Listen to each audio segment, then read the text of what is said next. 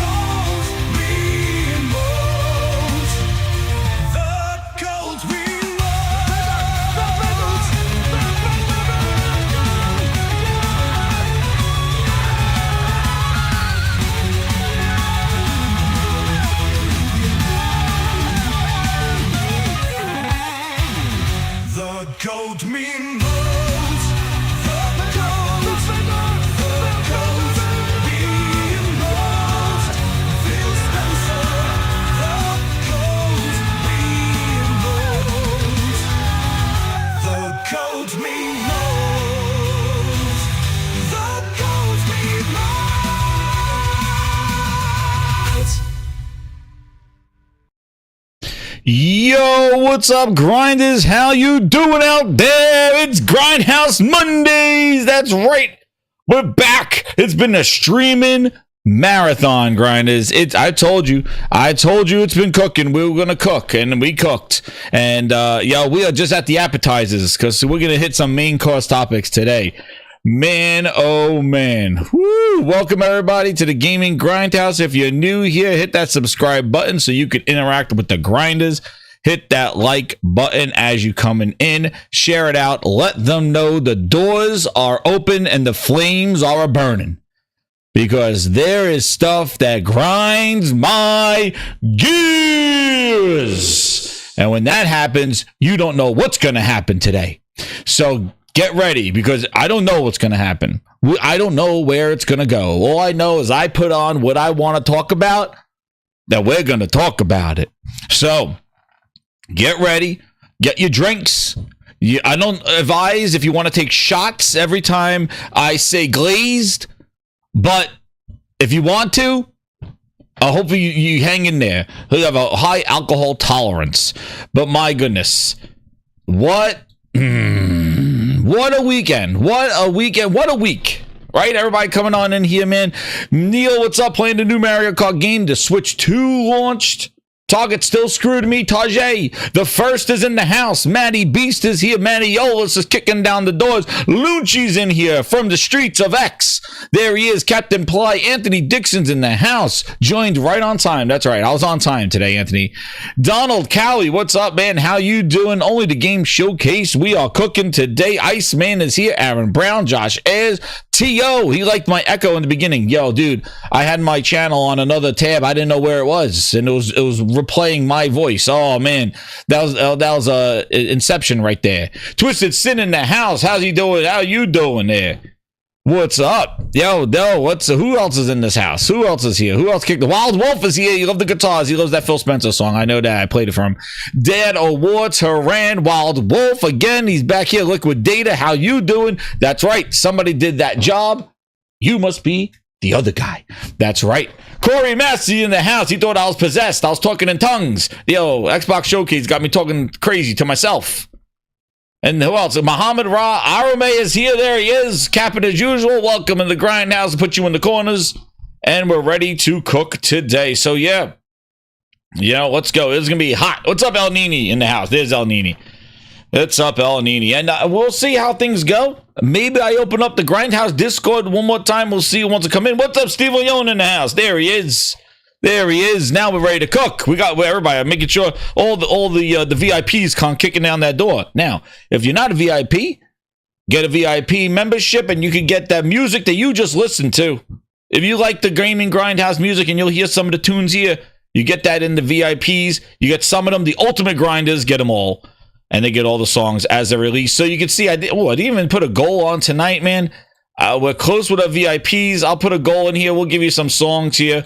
We'll put the chats in here, and we'll move down to there. We'll put it for the 2, the deuce, and I'll put new song drop. You get to hear a new one. I think we'll wait. Everybody waiting for that We Suck Again song, so we're going to get that, and We Suck Again. There we go. New. I put new drop. Oh, shit. A new song drop. There we go. What's up, Dog Zone? How you doing?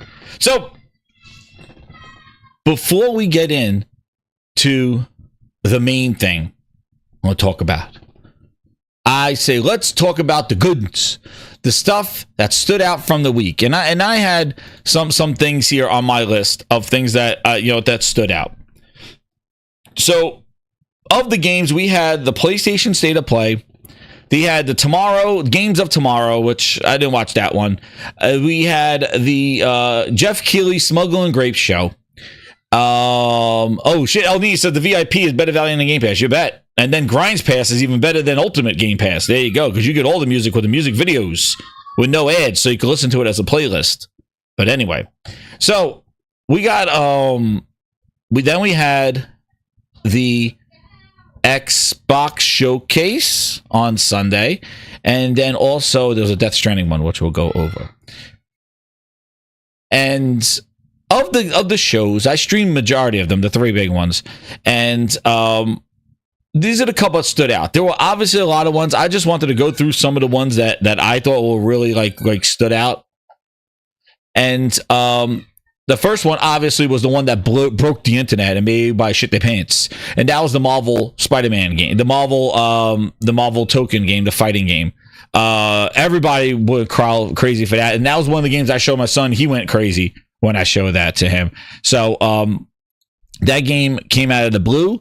There was no leakers. There was no, what I heard was there was none of that stuff. That game came out. That surprised everybody. And that was a holy crap moment. And the fact that Sony has a first party fighting game with the Marvel license just shows that they are really in. And that Insomniac hack with the X-Men game, the Spider-Man games, the Wolverine games, we know. That's right. Token means fighting spirit. That's right. We know that this runs deep, and Insomniac started it, man. And it's pretty wild having it as a Sony first party game, and coming out next year. So that one definitely was the I think the biggest game of all of them, because that one had the biggest shock there. So that was one of them. One special for me was the Luminous Arise. I love myself some Luminous. Actually, we have Luminous Remastered. You can download it on PlayStation. I have it on there. I really like that game. It's a cool time waster. It's just fun to listen to a podcast and playing that game. And the fact that they're bringing that back and it's in VR too, I'm all down for it. That was another one. I thought the 007 game, being in third person, having a little bit of the Glacier engine, looking like Hitman, I think that's something that's really cool. That stood out too. I want to see where they take that. I'm a little nervous though, because it being around with Amazon. Who knows what the destiny of this game would be or what their expectations are. Amazon bought the whole James Bond everything, and it's gonna be, I just hope they do right by it. I know they put all the shows, they did a big push for this, and it seems like a lot is on this game as well as Amazon games, right? So hopefully they have their expectations in check for this, and we will see. Final Fantasy Tactics, Josh, that's another one. That one popped up too, and yeah, that was pretty awesome. And then Corey says Arc System Works said that they want to do because Sony had a successful Marvel game. Yeah, Sony made that whole thing happen, which is pretty crazy. And let me get the super chat as I continue my game list here. Game Night 123, thank you so much for the super chat with the 5 egos. I'm jumping ahead here, but watch people who call the PS5 Pro a scam for being $700. Cheer on the Xbox ROG Ally for being $900 or something. Hey, I played a video from 2 months ago, and I'm going to tell you another Grinds Adamus because we'll probably be playing this video 2 months or a few months from now because of that. But yeah, Game Night, please. The hypocrisy is crazy, and I think we've seen the MO of how these things go. And I do see a lot of people on X and the response being a little bit more not falling for the glaze. I do see a lot of people being more critical because I think you get burnt enough times with the way Microsoft does things with hardware specifically, and I think people have grown a backbone now, and they're still the ones that are triple glazed and can't see 2 feet in front of them, but majority of people are kind of like, yeah, we'll see, we'll know. But yeah, don't worry, they're all over. Well, I'm going to talk about exactly that rollout as you see, but thank you for super chat. Please stay here because we're going to definitely need you and that energy when we get into that Asus ROG Ally X cousin former roommate edition. The other game that stood out and I'm hyped for, because I do like the new ones, is Resident Evil 9. I thought Resident Evil 9 stood out. I love that they're going back to, they made hints that they're going back to Raccoon City, and I'm all for it, man. I'm all for it. I'm ready to go back into that world. I loved 7. I really thought 7 was awesome. It was spooky as hell. I loved going back with that. 8 was good. I did like 8. I beat 8. The problem with 8, though, I thought it was a little bit more of a shooter, action-y, and I didn't feel the terror, the horror that you had in the first game. The 7, I mean, in the first-person shooting one. So the first-person 7. Hopefully 9 goes a little bit more back to how 7 was. I thought 7 was creepy as hell. 8 was kind of creepy, but it wasn't as I didn't feel as threatened. I felt like I had enough ammo. I felt like I could just go shooting around and all that other stuff, but I do like the story of it. It really was crazy with the twists and stuff of 8. But yeah, 7 was scary as hell. And 9, I hope, is going to be kick-ass. And February, beautiful time. That's when you're coming back from the holidays and we want to know what's cooking. I know that's definitely when Capcom likes to do their things. And Resident Evil 9 stood out. I'm hyped for the story. I'm glad where it is. They didn't really play around with the whole, like, what is this? Is it Resident Evil? Is it a, like, sort of like what they did with 7? They didn't do that with 9. They just said, no, here's Raccoon City. She's the daughter of Ashfield. I forgot what it is, but there's a continuation of Resident Evil Outbreak, and it looks incredible. So ready for that one. Another game that stood out and looks crazy, and I don't know when it's come around, is from Mudfish, and that is Ill. That is like the naked dudes running around, the naked zombies coming around killing you, and that look remind me of one of my favorite horror movies, The Descent. And I'm like, that game looked crazy. I hope it looks like that when it comes out. But they do make Atomic Heart, and that game looks great. So we'll see how they do with Ill. Ill was one of those like striking games. And you could tell my motif of I love horror games as well. One of the other games that stood out to me was Mudfish, our publisher. Okay, thank you. But it looks like Next Gen Horror. That's right, the first. It does. One of the other games is Clockwork Revolution. I thought that looked really cool. They showed gameplay to it. However, that whole showcase was all in engine and things like that. So hopefully we don't get the downgrade that we're going to get. But that game looks cool. I like the time abilities. One of the things of shooting somebody and you could pull the bullets out of them. It was crazy. So I thought that looked pretty cool, and I like the time abilities. I like the whole steampunk era they have, and there's like that RPG element to it. The action looks pretty good, but we will see the delivery. And that's always been my big question with a lot of the things, is the delivery. I expressed some of my concerns for the way games are shown to us now, that a lot of it is not this hands-on and things like that. It's all, and especially the Microsoft ones, seem to be in-engine, not captured on PC, not captured on Xbox, not captured on anything. It's like in-engine render and rendering and cinema, and it's like, yo. So like when it comes out, we will see. Pragmata does look dope. Iceman, that was another one. Definitely. Capcom looks great. That definitely looks good. Ninja Gaiden 4. I'm hyped for that. I like that kind of action, so I want to see that. I love Ninja Gaiden, so we'll see how that looks. I think it looked a little bit better this time. I thought it looked it didn't look as rough. It didn't look too great in January during the developer direct, but I do think now it did have a good showing there with Ninja Gaiden 4. I'm excited for that later this year. And then one of the other games that stood out that I'm hyped for on my list is Sonic Racing. Sonic Racing looks friggin' insane, and I'm all for it, man. That Sonic Kart Racing, I'm ready for that one. That can't come soon enough. I'm hyped for that. I'm glad.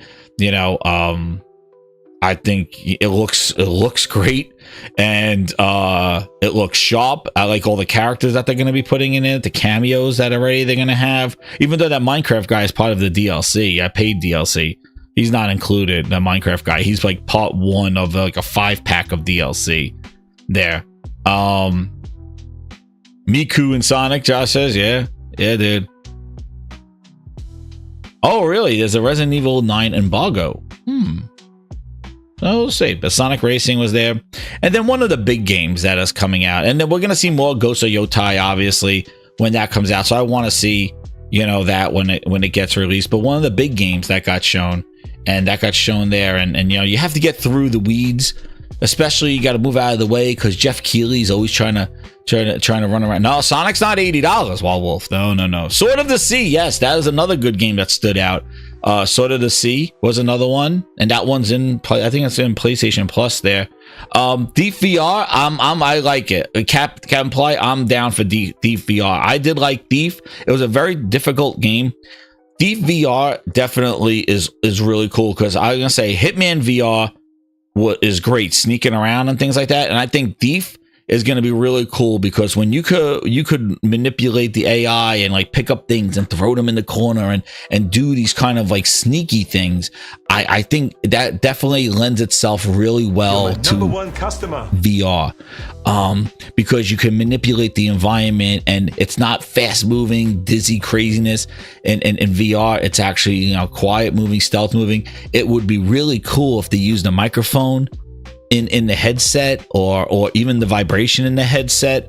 We'll see how they do that. I know that the other VR game was the Deadpool VR. I think that's a Meta exclusive, Meta Quest.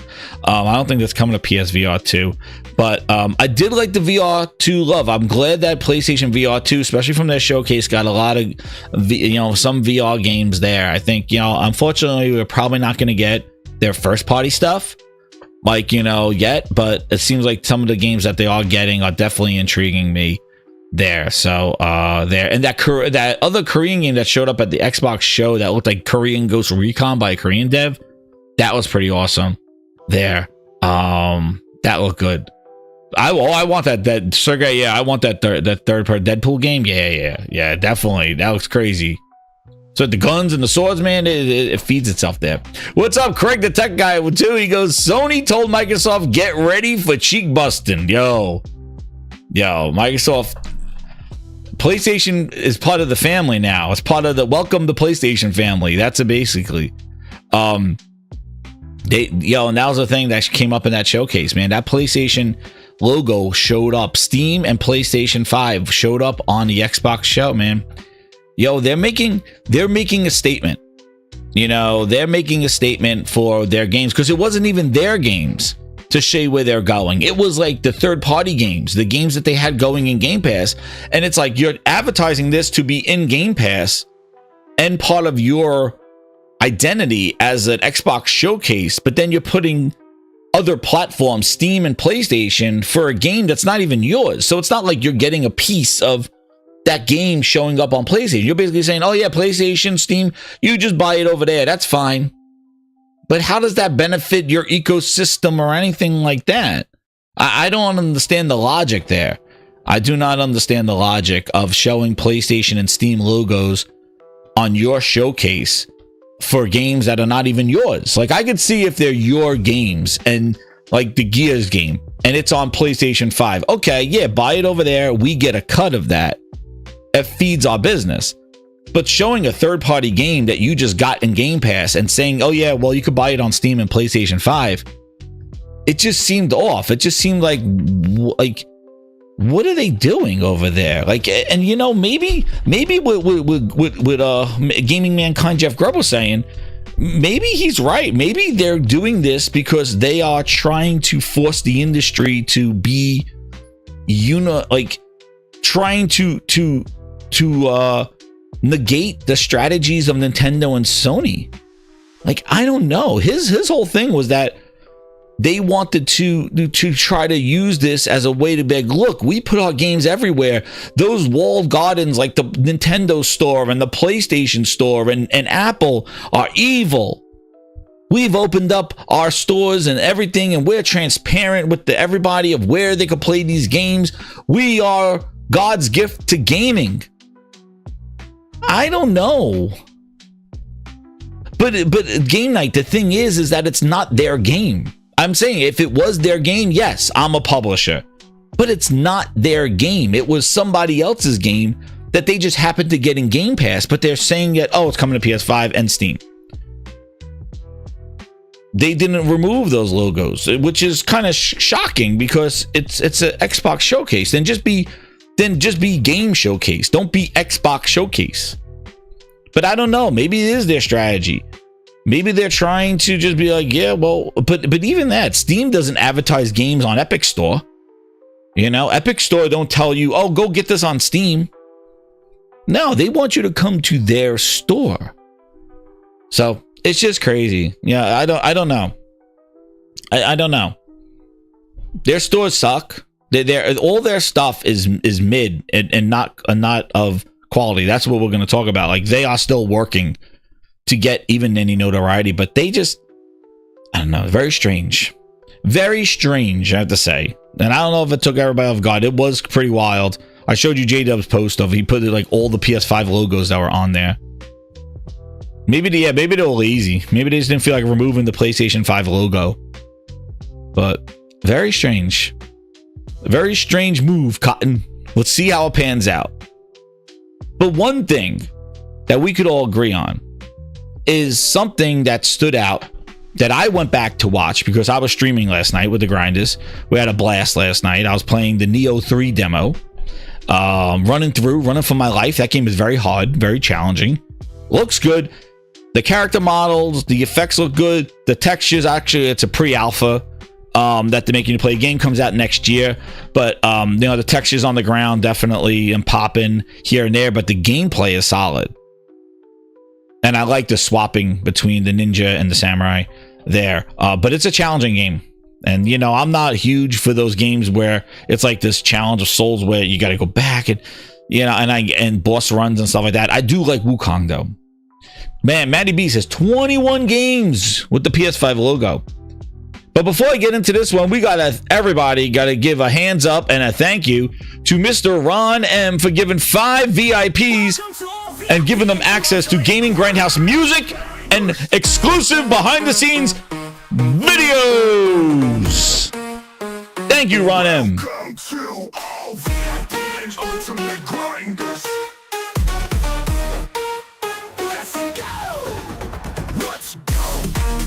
Let's go, man. We're kicking us off. Let me add them to the VIP list. Yo, we get to 25. We get to 25. I'm gifting members. I got some gifts for everybody, too. I got some gifts. I don't even know what the hell is that now. And I forgot. What are we at? 15? 20? 15? I don't even know what the hell is that now. I miscount. There we go. I'll give it out some gifts, man. You hang around in here. Maybe you get a gift from the Gaming Grinders. Twisted Sin, member of 36 months, goes, had a coworker today finally say, I am done with Xbox. That event showed me where they're going. He's going to sell it and get a Pro. Another one. Yo. And listen, I've said it. Thank you so much, Twisted Sin, for being a VIP for over 3 years. But let me tell you something. Another one. Yes, another one. There he is. We're going to add that to the board. So, Grinders, if you have stories similar to Twisted Sin, let me know, and then I can play you the Grindhouse board of another one. Another one. Holy shit, I didn't even get through what I was about to say, and Steven Leone comes in with a whole 20 nuclear bomb. Holy shit on me! The buried treasure is... Welcome to Yo! He dropped the atomic bomb. He got Nassim Malice. Yo. Thank you so much, Steve Leone, man. He wants a new song. He wants a new song, dude. Before I even got into it, I was say. Oh, man.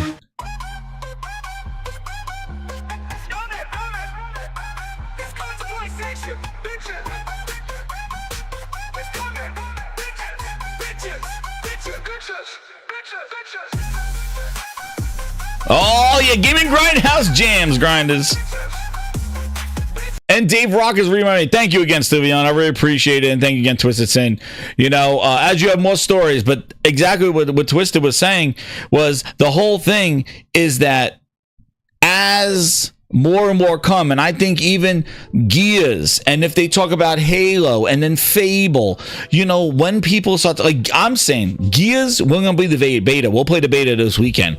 But even Gears, dude, showing up on a PlayStation is weird. Like, I'm going through the store and it's Gears, Forza. I'm like, yo, where am I? It is like the friggin' Twilight Zone. I have an exciting life now. Breakfast to go. I'm like, love my nuts. Watch this. I'm like, what is going on, man? I'm like in shock. I'm like, there's Gears there, there's Forza, there's Sea of Thieves, Forza Horizon. I'm like, yo, they are going crazy. And when the word gets out, just like how GameStop employees like, yo, all their games are going to the PlayStation, go buy a PlayStation.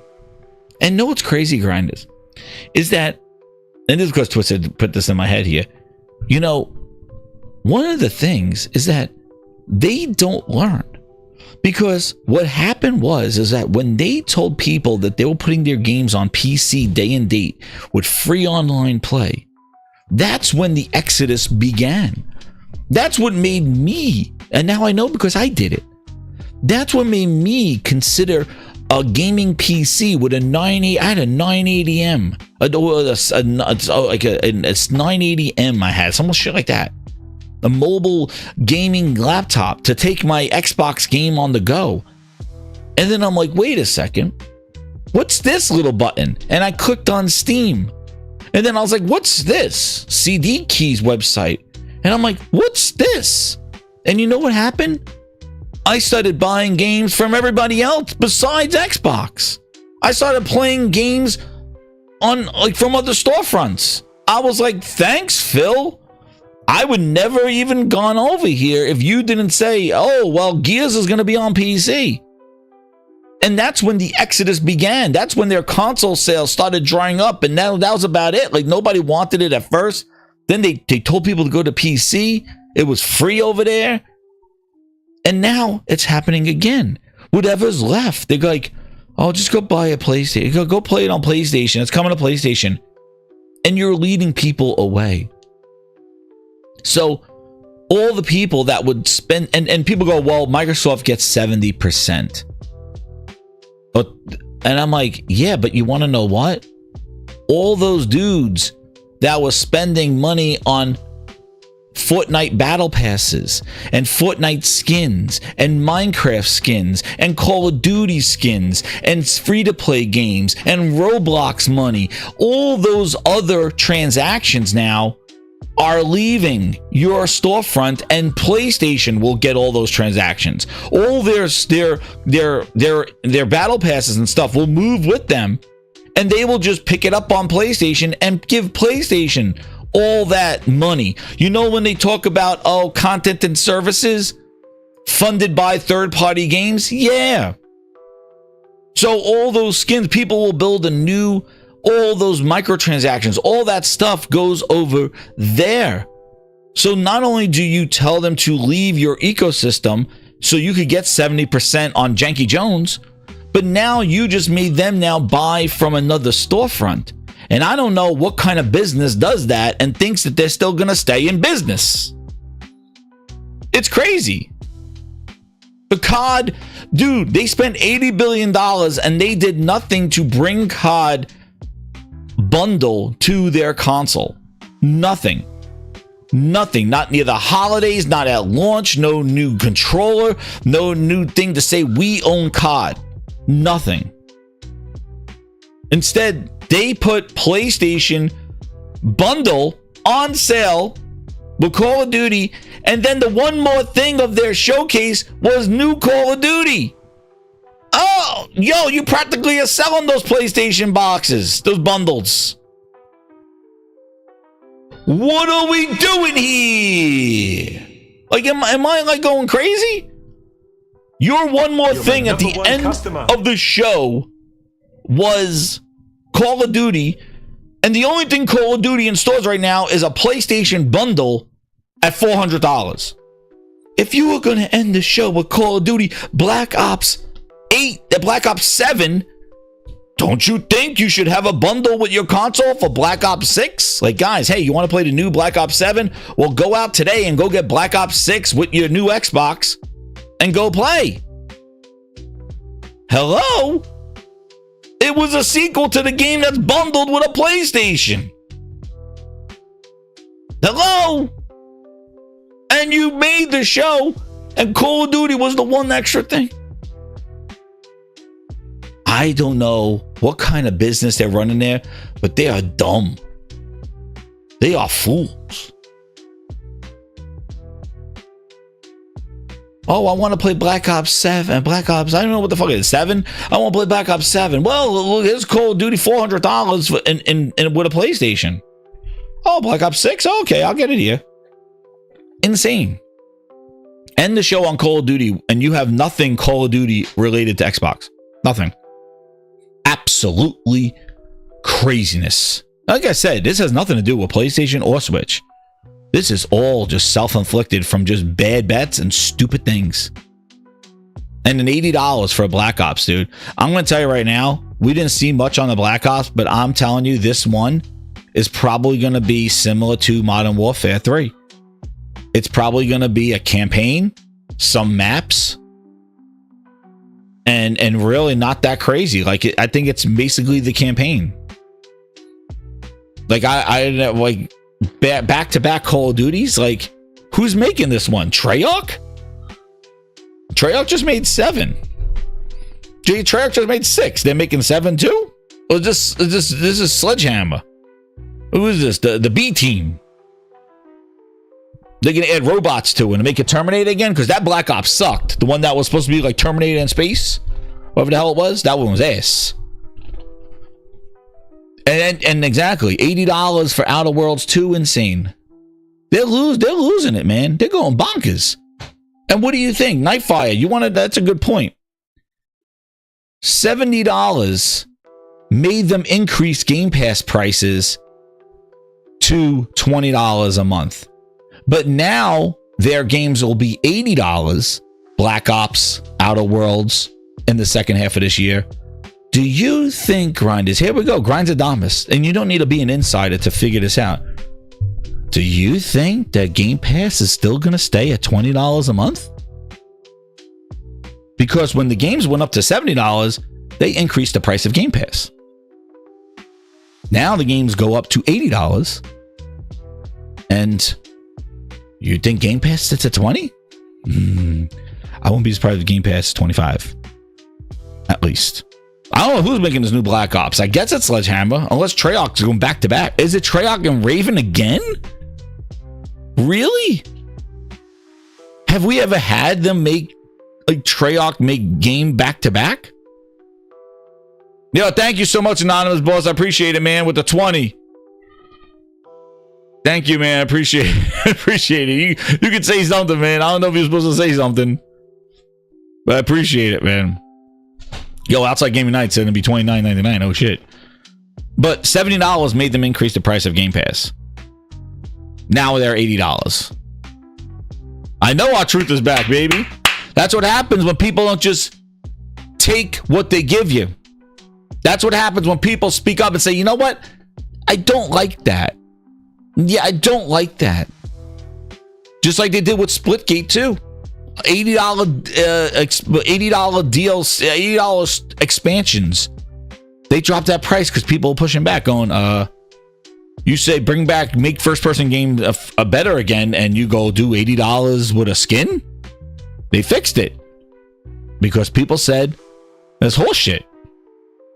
But one of the games that's not horseshit, and one of the games that's going to break the internet that stood out, you could see it here now, number 2. And we'll talk more about the fiasco over at Team Green. But guys, last night, Death Stranding 2 did a demo, and I'm going to just show some of the highlights. Again, I don't want to spoil it and just show the stuff, but you got to see what we're going to get in the next, in about 3 weeks. Absolutely cinema. It is crazy. And talking about what we saw at these showcases and what's coming looks very good, but goodness gracious, Kojima is cooking with this friggin' game. Just look at how the landscapes are, the texture quality. This is going to be a showpiece of the PlayStation 5 Pro. And this is what we're all here for. This fidelity. The opening scene looks like real photos. And the $70, by the way, if we're going to do that. But this is just an opening, just showing you the traversal. And people go, oh, he's just walking around in emptiness. Oh, I got the next one. I'll show you what they're gonna cook. This is just warming you up. And I don't like those. Don't like spiders. We do not like big tarantulas, and we could keep those, Kojima. Yes, we could keep those things. But when this thing starts rattling, that's what I want to lead this up to. When he pulls back in the camera and showing you the landscape and showing you there's no popping. There's nothing there. Like, this is crazy, dude. And it's in Australia, Josh says. Like, and there's an ad here. Wonderful. Thank you, Kojima. Right, watch this. Watch this pop. This is crazy. No, I don't like spiders. Look at that. Dude, you can see Shib in the background. And he's moving the person.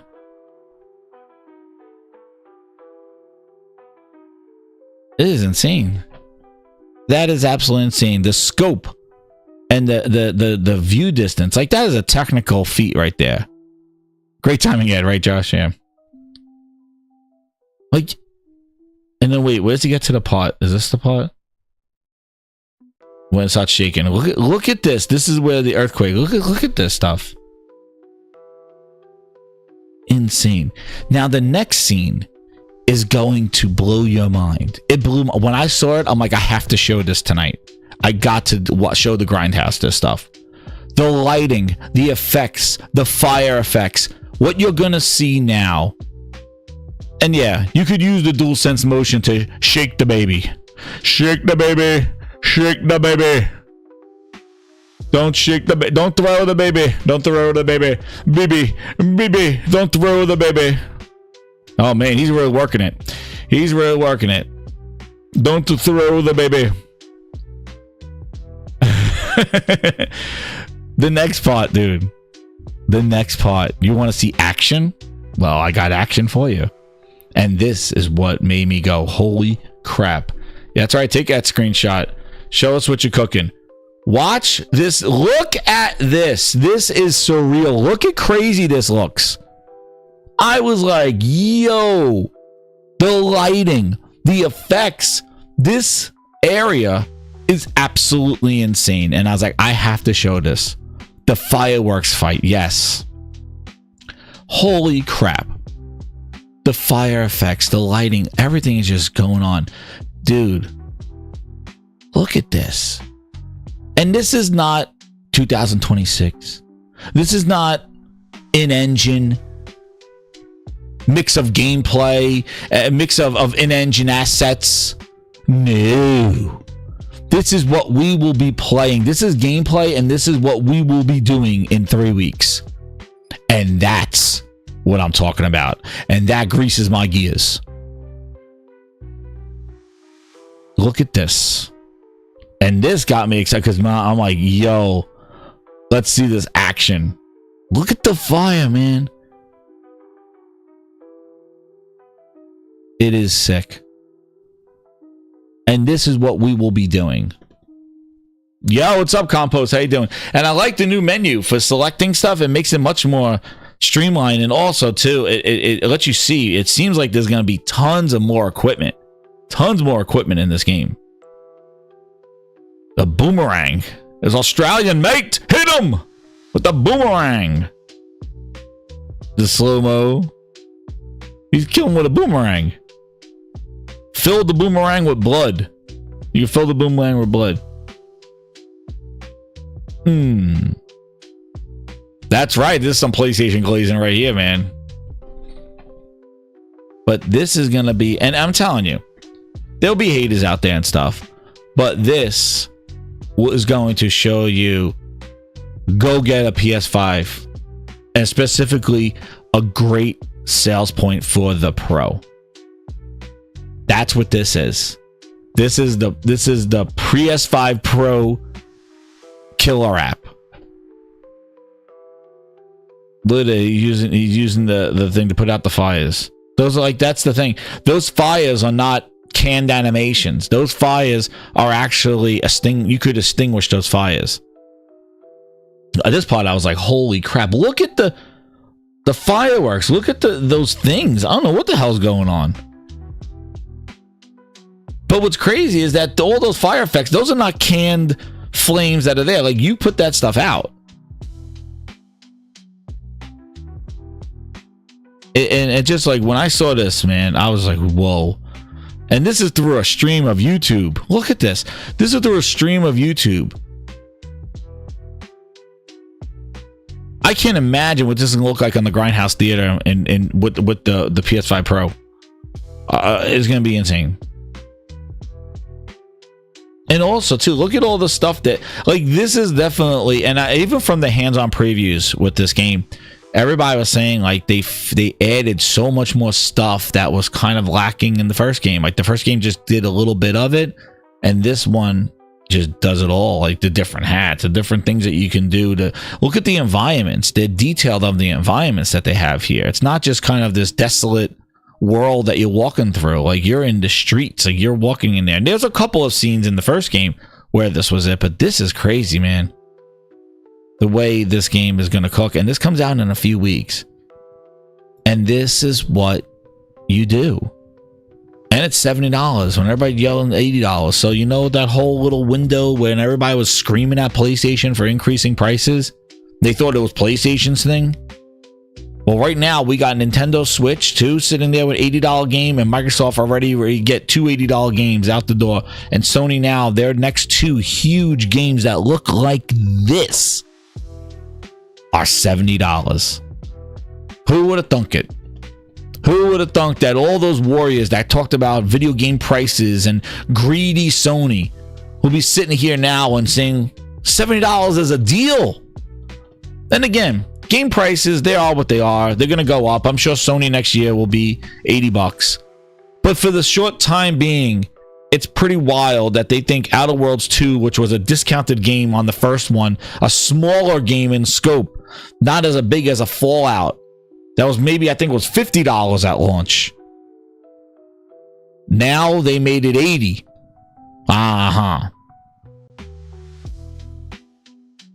But look at that. It's going to be a showpiece. And I'm all for it. And there's the ads. Kojima doing ads. But dude, that show was friggin', you know, just what they showed. Just the visuals are crazy. It was 50, I think. I think the original Outer Worlds was 50. It was a smaller game in scope. That's what it is. And I think this Outer Worlds 2, again, I really didn't watch too much of it because I really don't care too much, but I believe this Outer Worlds 2 is the same kind of hub type world, right? It's not, correct me if I'm wrong. I don't believe that it is I don't believe that it's that big open world like a Fallout or something. I believe it's still a hub world of Outer Worlds 2. It was a small game, like, and again, it looked like it had that, again, that just the animations, like they opened up the show with it, and it just looks, the characters, the NPCs look weird. Thank you. I'm gonna Brave browser. I think I have it here. I never used it. Mango got the OLED ready. Yo, I got my OLED ready too, man. I know that guy looks like Snake too. I'm telling you, it is going to be, and that is right there. And yet again, not even in part of the Sony showcase, but it was something that they still had their presence. Yeah, I didn't think the Outer Worlds looked that great. Like when they opened with it, I'm like, oh, you know, the animations, the characters, like that's why it didn't stand out to me. The Outer Worlds, like, you know, and then here, like that was a $70 game that I just showed you. We're gonna play with what they all played, all those bots, what they played. Oh, Sony, greedy Sony. Well, here you go. That was a $70 game that I just showed you, and we're gonna go look at we're gonna go look at what an $80, what Microsoft thinks an $80 game should be. And Obsidian's bringing out a lot of games, but then you got to look at them. They just put out a Avowed. Now they're putting this out. Like, what do you think their capacity is? Like, yeah, like that was a $70 game that I just showed you. Oh, this is all. Wait, is this all people talking? Jesus, it's like they need money, man. How many ads they're putting in their friggin' their things?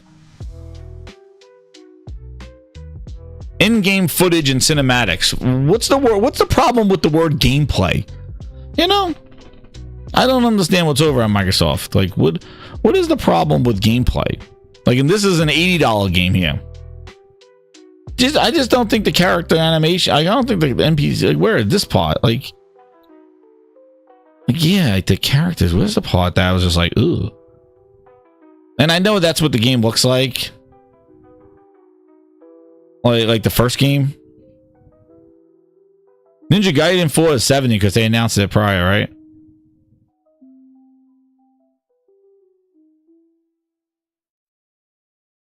Like, see? Like, I don't know, man. It's just... It has a look. Yeah. It's too plasticky, too stiff. I know it's a different type of game, but like... Yeah. Like... Ooh.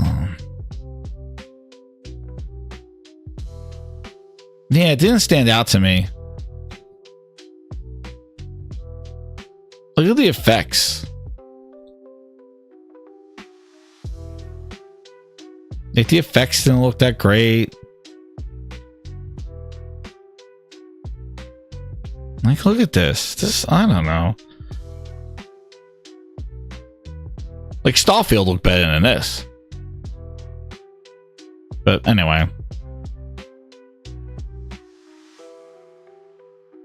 But that's an $80 game, their first one. I thought they were going to do Call of Duty.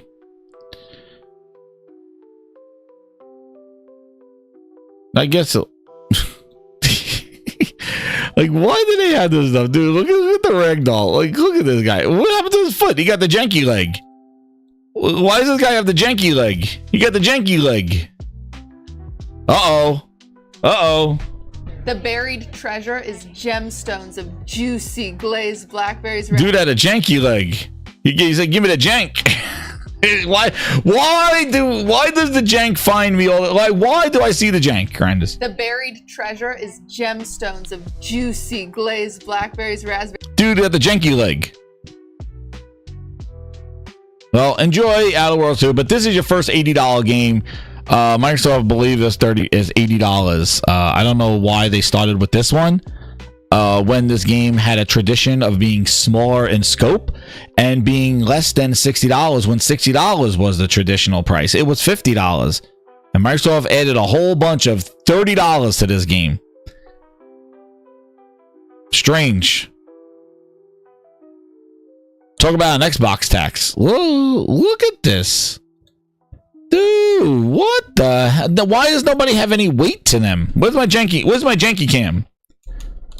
Where's my janky cam? Here it is. Is this my janky cam? Where's my plus? No, not that. Oh, not that.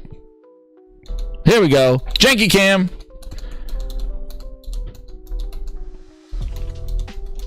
Grind analysis. Uh-oh. Janky Jones! What happened to this dude, man?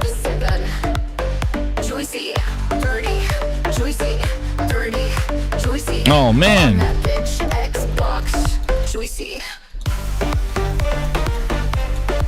What happened to that guy? He just turned into ice with a punch. He's like there, and now he's ice. There, now he's ice. $80! $80! Yo, what is going on here? I have to do my grindhouse analysis. Like, what the dude? Oh man, Phil Ness, what are we doing here? Why are all these Western RPGs that come out of this Xbox crowd have this the jank? Oh my god. We need animations, they said. Let us compete. Dude just went like this. Boink, boink, boink. Doink,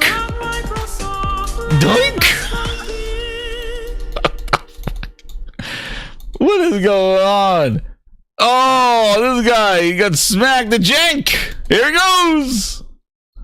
Yoo-hoo! I don't know, man. Not like this. Dude, this guy gets zapped in the ass. Look at these electric effects. $80. Come on, Microsoft, do better. Be better. What happened? Whoa, what happened to this guy? He got vaporized. He got vaporized. Look at that. It looked like he fell and he went away. Oh, man. I don't know. I don't know what's going on. He could be a giant. I don't know. Oh, jeez. Smack that guy. Da-na-na-na-na-na. Da-na-na-na-na. Now, is this going to have a deep dive walkthrough analysis? Look at these effects, man. These are... Yo, we are now... Is this a last-gen game or something? What is going on? Why do these animations look so, like... Tell me it's the charm. Is it the charm, Grinders? Is it the charm? Is it the Bethesda gen? Because this is not from Bethesda. Is this the Bethesda jank that I've been missing?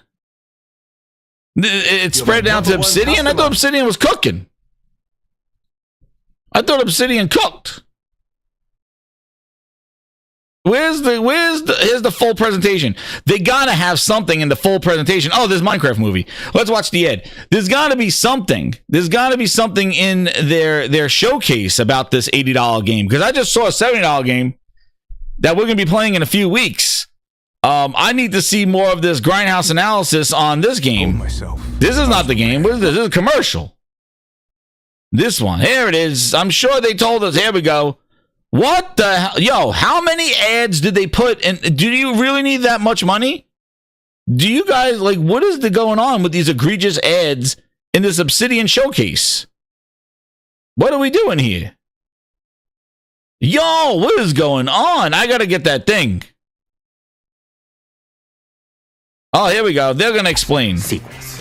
That's where I come in. You can get out of here, Fergus. Thank you. Oh, no, man, they need a host. The sequel is the lifeblood of every great franchise. Think about it. The original creates the world and builds fandom, but the sequel... It's really a complete realization of everything people want from an Obsidian game.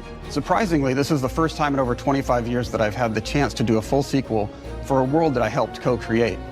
It's really just a fantastic opportunity to explore and expand the universe in interesting ways, and to go even further with the themes of how people are affected by living in a dystopian corporate reality. You see the difference? Kojima sat there, controller, dude running around playing the game.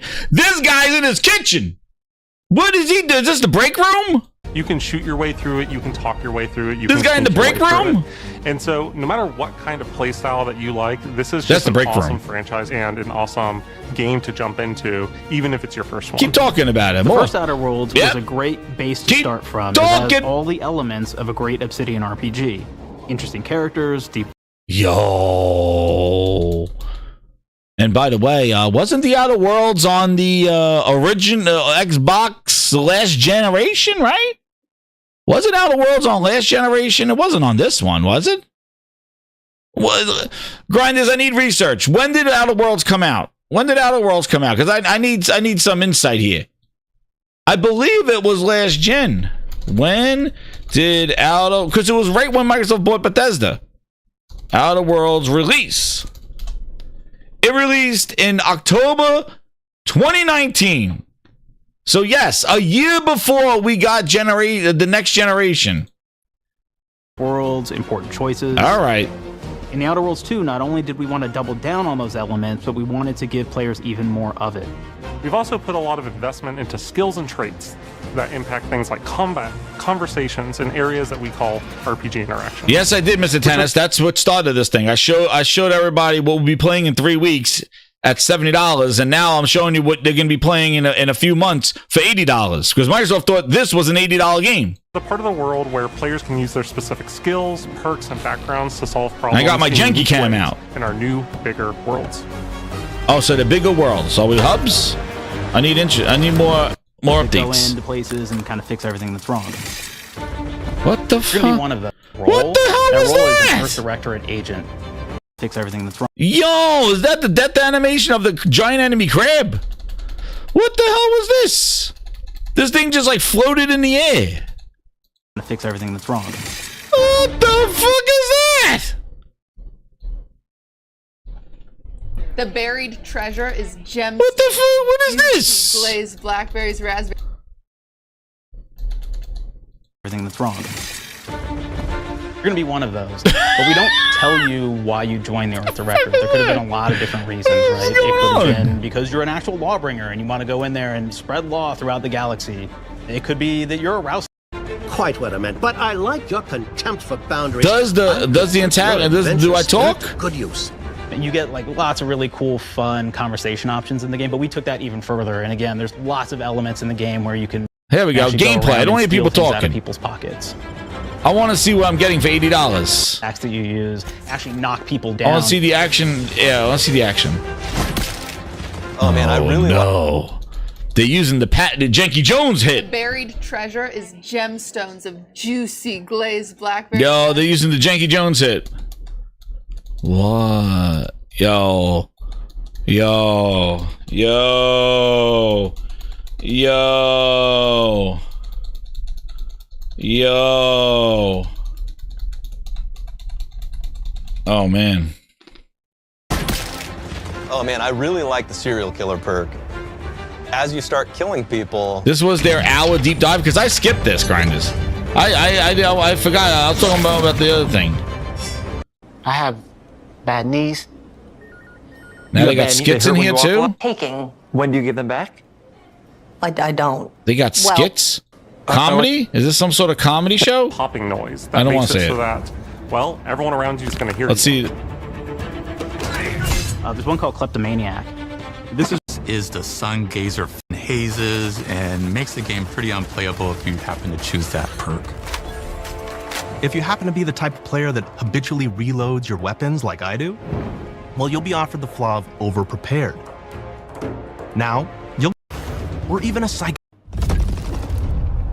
What's the bridge?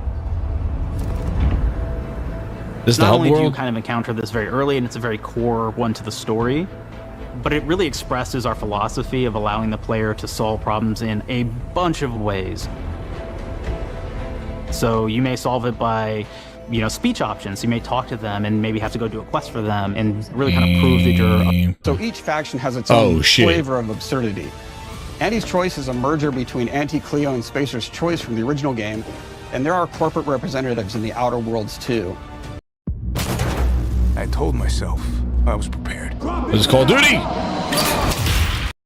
They've invaded Arcadia to liberate the resources for all of humanity at a profit. Where's that guy? Here we go. There's Here's some also a action. cultist named Asa who is part Well, of I think the graphics look... Well, the people look better, I guess. In general, for fix or graft, What among other the- things.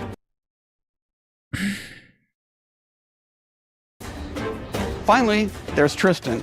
He's a protector.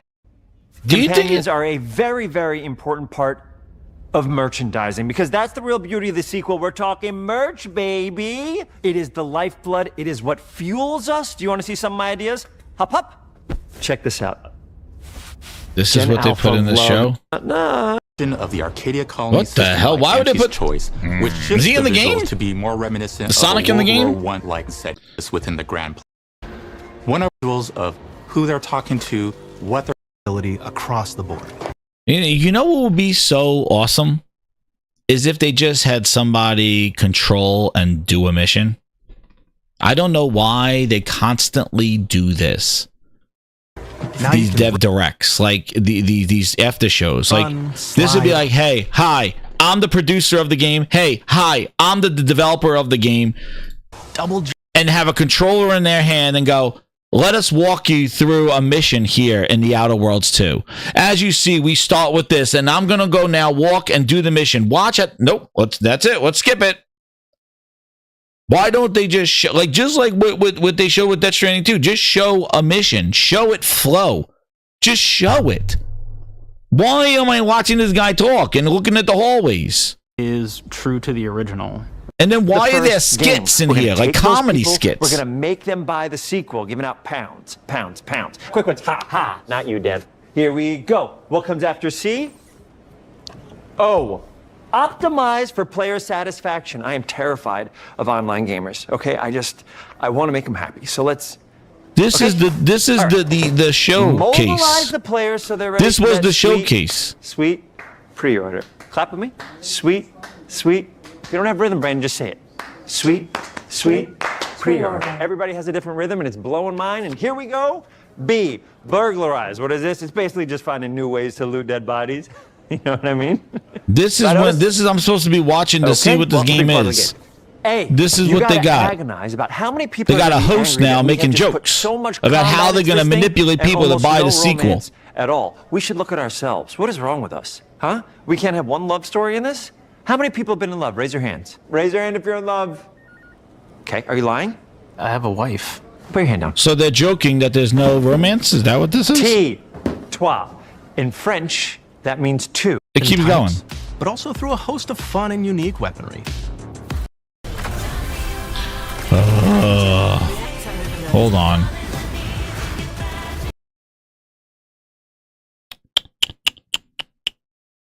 I gotta get that other one. This is crazy. I can't believe how many ads they put in. They put in their own friggin' video. They're trying to make a buck. Explode like grenades, or can even be eaten by the player for additional help. What was that? These are the effects? Yo, what the hell? Force blaster. What is this?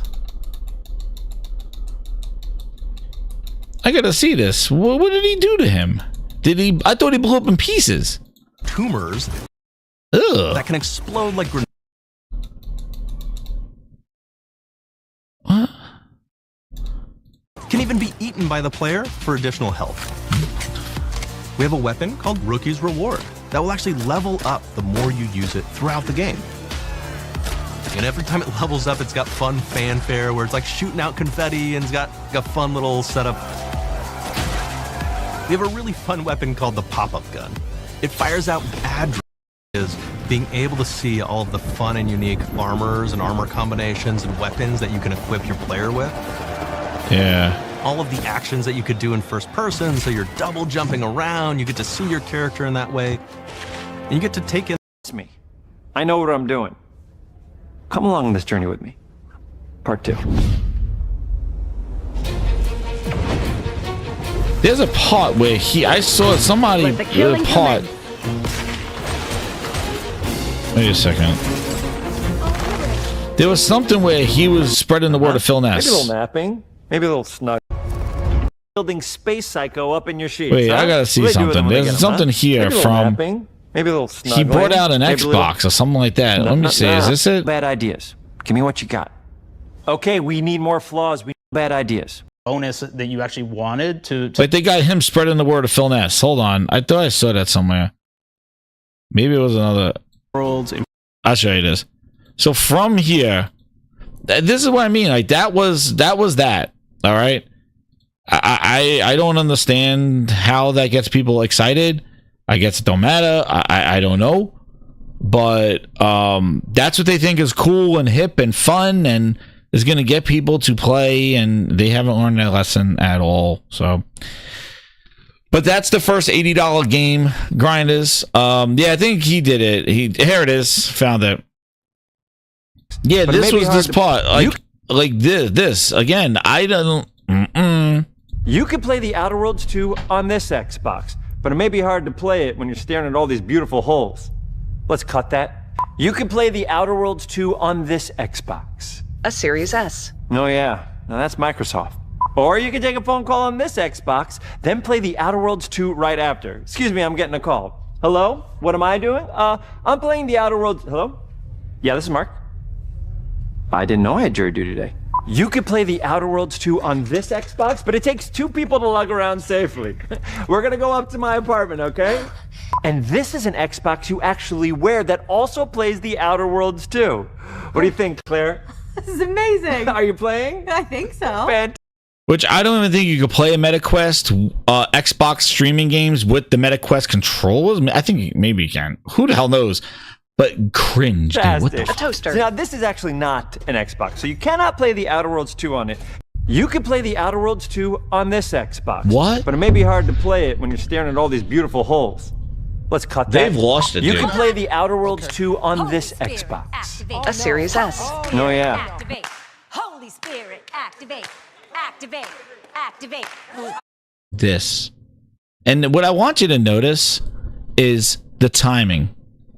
Grounded to, like, this is where their countdown, and this is their message. And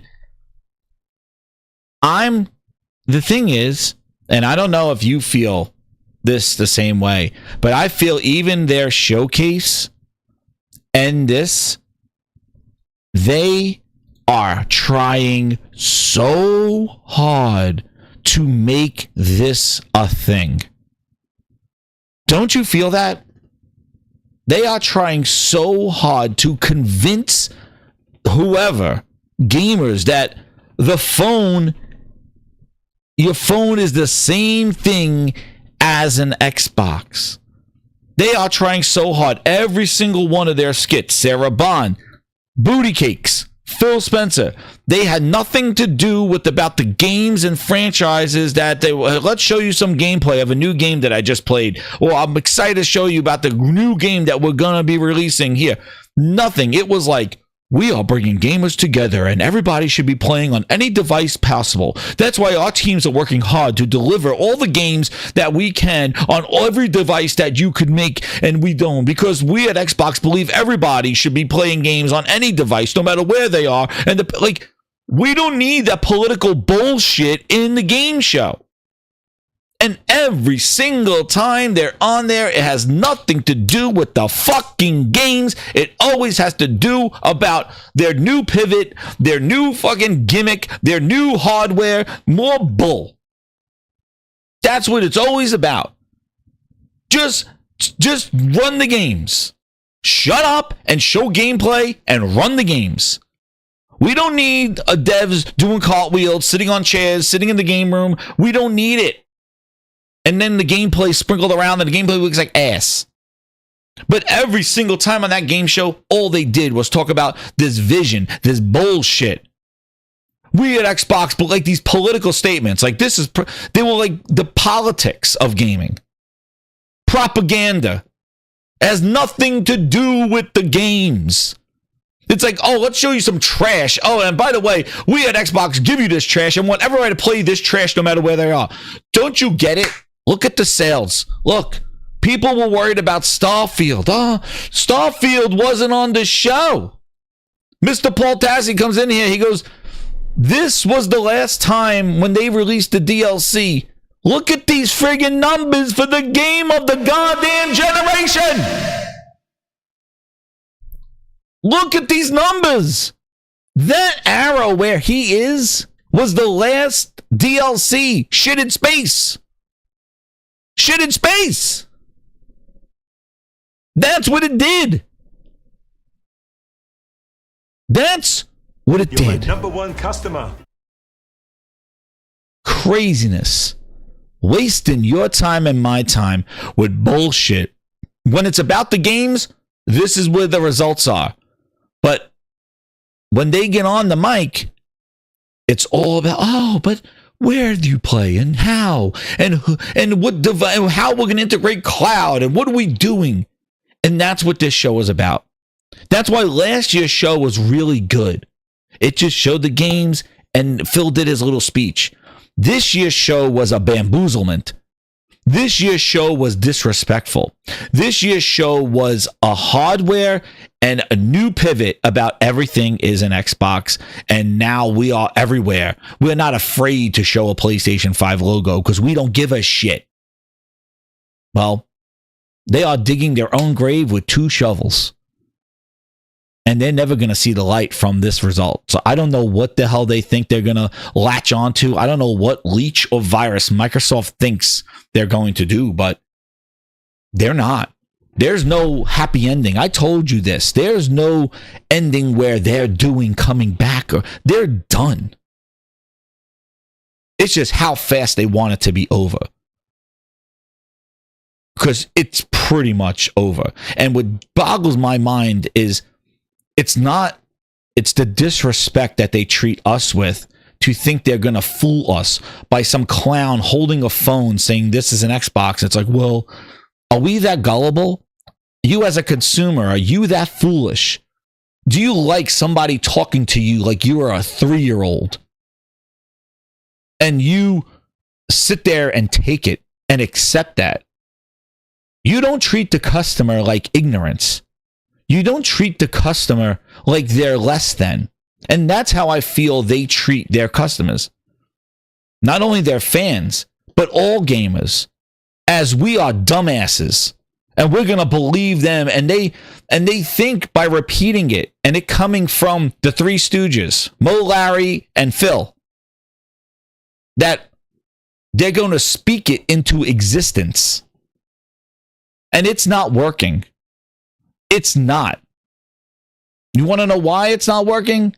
Because they're the numbers. They're the results. They just showed now they have in a job posting that there are 35 million subscribers for Game Pass. They went up possibly 1 million after selling his soul for Black Ops 6 day one Game Pass. Black Ops 6, sweet, right? Like, some people said I wouldn't do that. Yeah, most people in this room have probably been used to spending $60-$70 on it every year. Now, if they're already subscribing to Game Pass, good to go. But it's a choice. Like, we didn't say to anybody, you have to subscribe to play. Yeah. If you want to buy Black Ops, it's great. It's great for us. It's great for the developer. If you want to subscribe, it's also great. Like, there you go. No slimy things, Phil said. Well, all that for a drop of blood. Game of the generation. Yo, look at this drop. It peaked at 330,000. Dude, there were 4,600 people there. And the blip was the DLC, Shitted Space.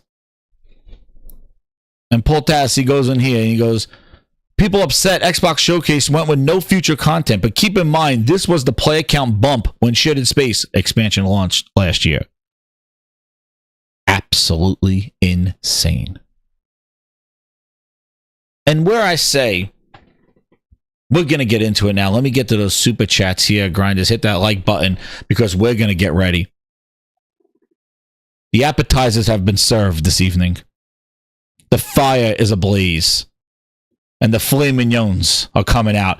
We're getting into the meat and potatoes of this an hour in. Here we go. Let's go. Kazakira with the 20. He goes, yo, Jez in chat. Well, I think it's safe to say that the Asus Xbox Asus is a complete waste of money. They can't even play native games from Xbox. Who cares about Final Fantasy 7 and 16 coming? Yeah, and you know what's crazy? PS5 is getting all those games and even Halo next. Yo, Halo's going to break the bank there. And I'm seeing all this stuff, even with Wukong, Final Fantasy 7, Final Fantasy 16 coming. They're not in Game Pass. And people now are justifying, like, boycotting, going, I'm not buying that because you chose to skip. They're coming up with every excuse why they're not going to buy it. After they complained and whined about exclusivity and it's not good, when it finally comes to their platform, they're making excuses like, I'm not buying it. They chose to skip us. It's not in Game Pass. I'm not buying it. Dude, like I said, dig your own grave with 2 shovels. And like I said, where's it all going to end up, Grinders? Where's it all going to end up? You know where it's all going to end up. Where do we go? Where do we go, Grinders? What are they trying? What are they doing? They're not going to buy the games. Guess what happens? Guess where they're all going? Here it is. Where are they all going, Grinders? Where are my songs? ET better move over. Xbox says make some room. It's coming. Sing it with me. Xbox in the ET hole.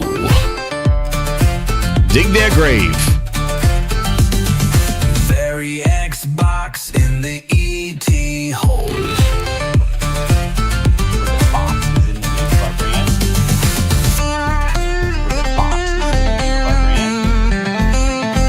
Bury it. Fake Man Bear Pig with the 2. He goes, what up, Jez, my guy? You need another retcher? Oh, man. He wants to grind those gears. Oh, man. He wants to grind those gears. That's right. There it is. E.T. Hole. Got room. Move over. It's coming. But one of the things here, native games. Before we even get into the hardware itself, let's join me. And you know what? I don't do the bullshit. I'm going to show you the tapes and show you the facts. Because I'm not down with the bullshit. And I don't like when companies lie to their consumers. And just blatantly just say false things. Everybody has their mistakes and all that other shit. But what they're doing right now with everything is an Xbox, it's a pure lie. So one of the things that showed up with everything is an Xbox, and this is where people are fed up with it. It's this. They have a library of Xbox games for 559 games that they have that's included with Games of Gold. He owns 393 games on Xbox. Console. No bullshit with phones and stuff. The console. Well, on PC, with Play Anywhere, you know, the thing they're talking about since 2017, only 43 of their games are available. So what happens when you go, this is an Xbox? Well, I have 393 games, and you are only giving me 43 on this thing that you say is the same thing. Same thing goes for this new ROG Ally, which is the same as this ROG Ally. The situation's the same. We will talk about the differences, but the game situation is the same. We'll talk about the features and optimization, but the game situation, because the ROG is a PC, is the same situation as this. That's why they have multiple things. 393 games, 43. But you want to know what? I'm not going to do some Reddit fucking post and say it. You know what? Let's do it to myself. Right, grinders? Let's do it to me. Let's see what my situation is. Well, let's go to my Xbox console ownership. I own 324 games on the Xbox console. There it is, Jez7780. I have about 100,000 gamer score.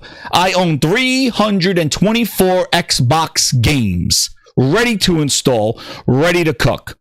Let's go over to This Is an Xbox and let me go look up on the Xbox app how many games of those what were they again? 324 come with me to Xbox.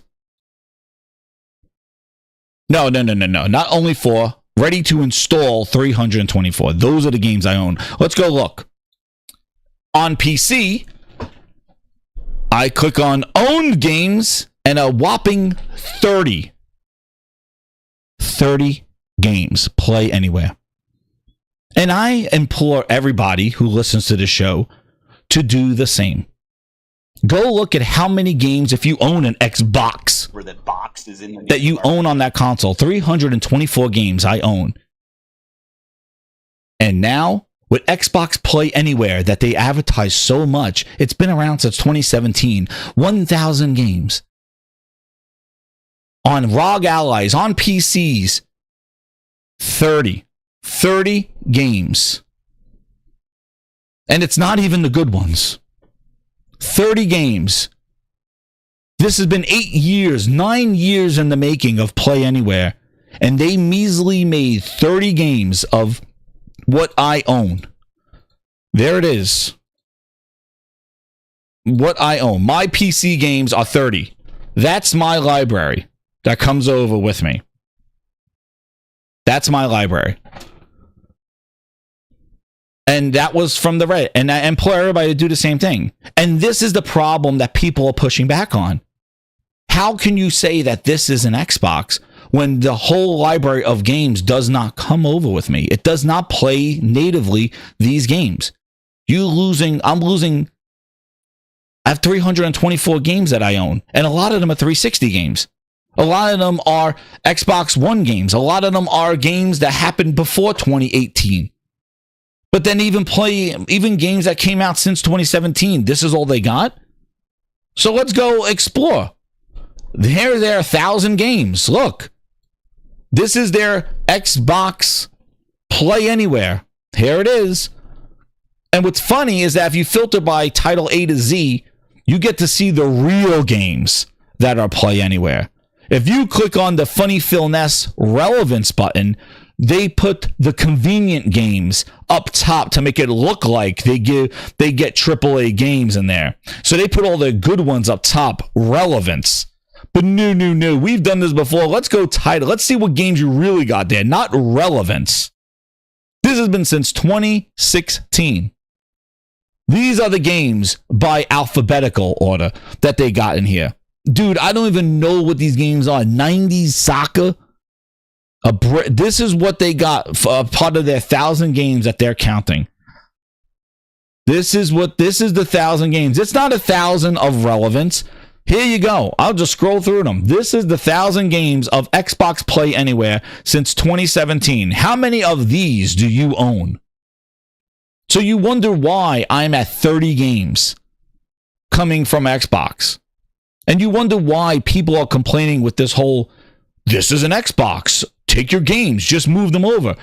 How are you erasing 20 years of people's collections on a console and trying to bamboozle them to move over to a ROG Ally because you are calling it an Xbox and stuck an Xbox button on it?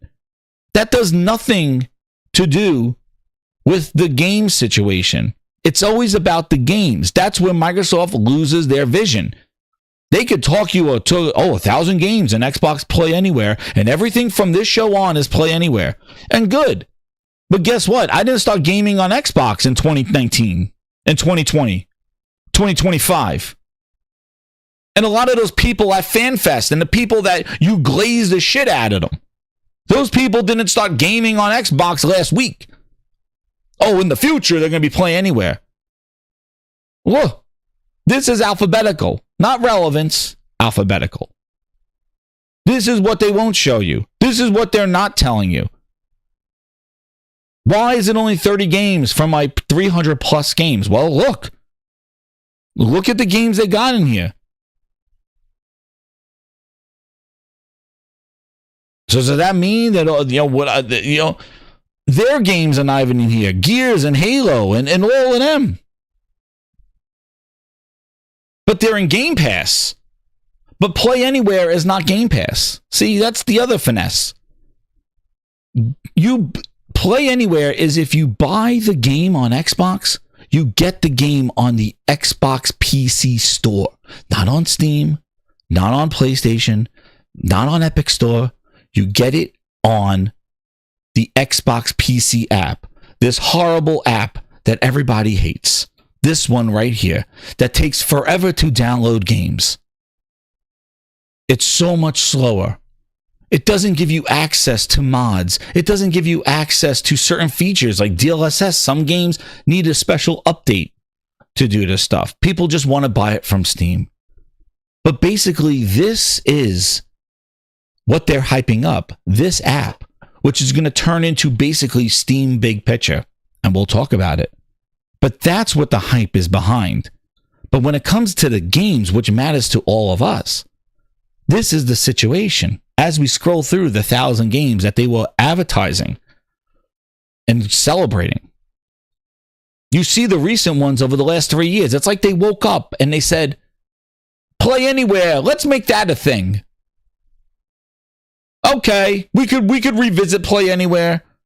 Look at these fucking games. Jumbo Airport Story, Jurassic Pinball,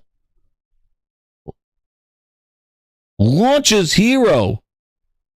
I don't even know what these games are. Here's Legend of Mana. Those are fine, but what the hell are these other games? That is not even fodder. That is like, I don't even think I even can't believe it came out. But this is when you go alphabetically.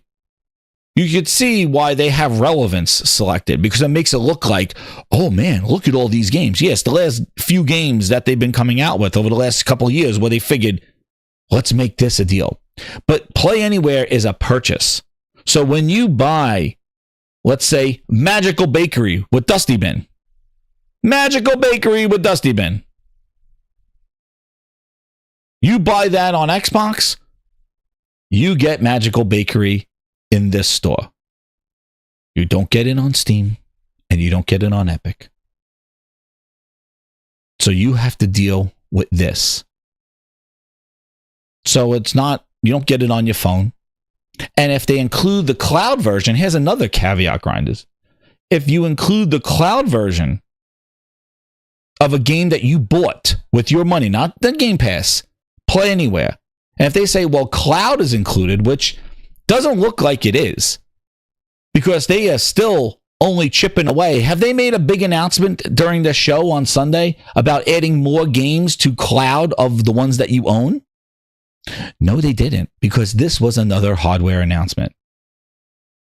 Did Mr. Gaming Gandalf come out and go, hey, we're adding another 500, we'll add 500 games to the games that you own on xCloud? Oh, no. No, they didn't mention anything like that, because they've been trickling out like 30 games a month. And the problem is that if you want to play the games that you own on xCloud, then you need to pay for Xbox Game Pass Ultimate. There's no $10 a month like an Nvidia subscription. It's $20 or bust to access. And it's not the PC Game Pass. That don't give you cloud access. So if you own a game and you want to play it on xCloud, you need to subscribe to Game Pass Ultimate, which is right now $20 to access the game that you own on a cloud-enabled device such as a Fire Stick. And these are the facts. This is the devil in the details of what they are trying to sell us. And that's why my gears are grinding. Because it's all about this cockamamie scheme shit, and just make it about games and let people buy games and get excited for games. But ever since this Phil Spencer bitch took over and Satya's bullshit stuttering ass, it's always a scheming scam, new way, how you're going to do it, who you're going to do it with. They're even hyping AI in the stupid ROG Ally. We're going to have AI in there. Shut the fuck up. Please. Stop throwing your Microsoft bullshit into this. Just leave. Because you ain't doing gamers any favors. You're just trying to get Microsoft's vision shoved in people's faces. And that's what I feel like. I feel like they keep talking the same scheme and just trying to scam people. And it's not working. Because their financials show you. Their results, their relevance show you that they suck. Like zoinks. Yeah. Magical Bakery, yeah. Oh, yeah. But this is your list. Miles and Kilo. Who got it?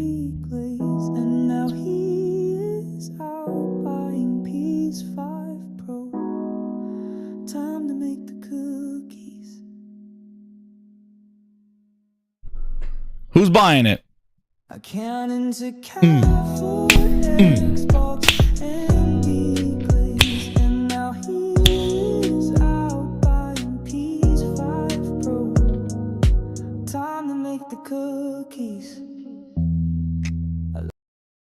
There you go.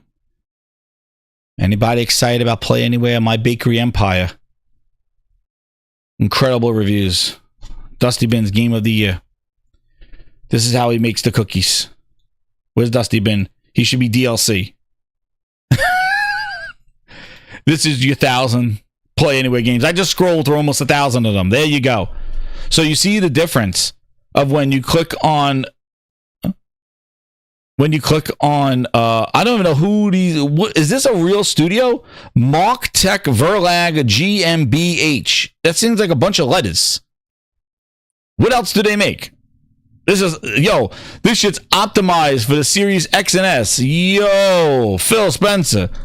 What are we doing here? Phil Spencer, this is optimized for boost. Yo.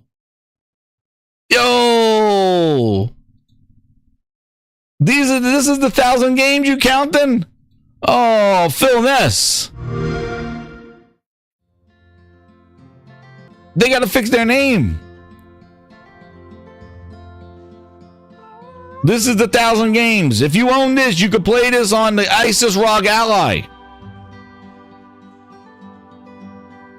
Look at the cat. You can play this on the Asus ROG Ally. If you own it, will play anywhere. Get the needles out of the turtle. Help the rabbit. Give a needle bigger than the bird. Holy shit. That was the biggest needle for that bird. There you go. It's Xbox Play Anywhere. They got to fix their name. We're at S right now. Grinders, notice when I go alphabetically and show their 1,000 games that they got, but then when you click on relevance, look how they're trying to scam you. Relevance. Oh, look. Doom. Splitgate. Oblivion. Splitgate's free to play. I don't understand. How's that Play Anywhere? It's free to play. Why is it on this list? Fluffing. Oh, Ill. Look, they got games that didn't even come out yet. Ill. We don't even have a freaking release date to Ill, but Ill's part of their 1,000. Look, we got 1,000 games. They put games that didn't even release. We got freaking Ill in there. These are relevance. See, when you look when you do of relevance.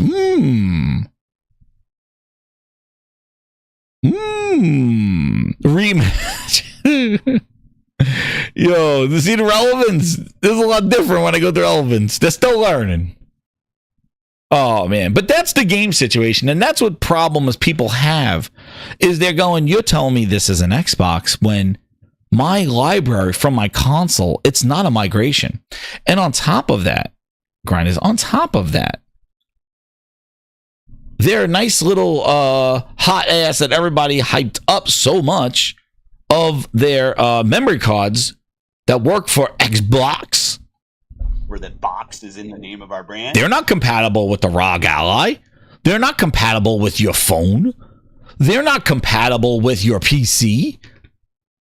But this is an Xbox. Where that box is in the name memory card that's priced the same as a console. A 4 terabyte exclusive Xbox memory card is $500.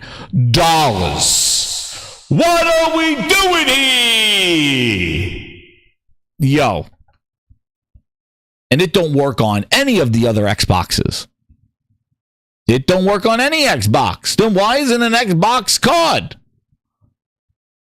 Because it's only supposed to work on the real Xboxes. That's why this whole scam scheme bullshit, this is an Xbox. Well, Mom, I need to buy an expansion for my Xbox. Oh, okay, here you go. I bought you an expansion card. Oh, but it doesn't fit in my Fire Stick. It don't fit on my ROG. It don't fit on my PC. Where does it go when I plug it into the TV? Yeah. But this is an Xbox. They should have a universal memory expansion, right? Because everything is an Xbox. Oh, but no, sorry, no. Really? Well, somebody better get out there and explain their ass. You know who we need to get in touch with? I think I know who we need to get in touch with somebody and explain this shit. Because this is confusing. I think we need to get Gaming Gandalf in here. Explain it. I don't know. Like I'd have to go back and look at I don't know. Like I'd have to go back and look at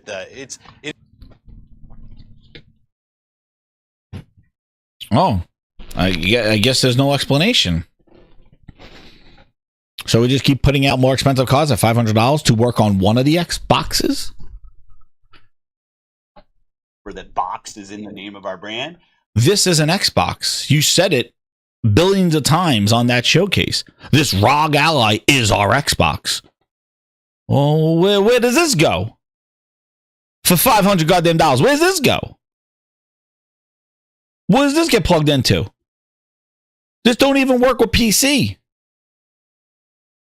You can't even take your games from your Xbox console and put it in your PC console or Xbox PC. Phil, hard questions. I mean, I don't know. Like, I'd have to go back and look at it. All right, Phil. Okay, I'll let you go. I guess you'll fix this. I guess you're learning. I guess you'll fix this. So they continue to will it just because they think they say it enough times that it's going to be true. And it's such a scam, and it's not real at all. And it doesn't play your games and doesn't work with the memory cards. And here's the article. But we know this already because this is available right now. The ROG Ally doesn't play native console games, but then they try to defend that and go, that's why Play Anywhere is so good. Well, Frazier, where were you in 2017 with Xbox Play Anywhere? I was right there with Remedy's game. Quantum Break was one of the first Play Anywhere games. And that was a shit show because they didn't have you. The system was so early, it didn't even recognize you purchased it. So they had to email you a code. Yeah, I was there with Quantum Break, the first Play Anywhere title.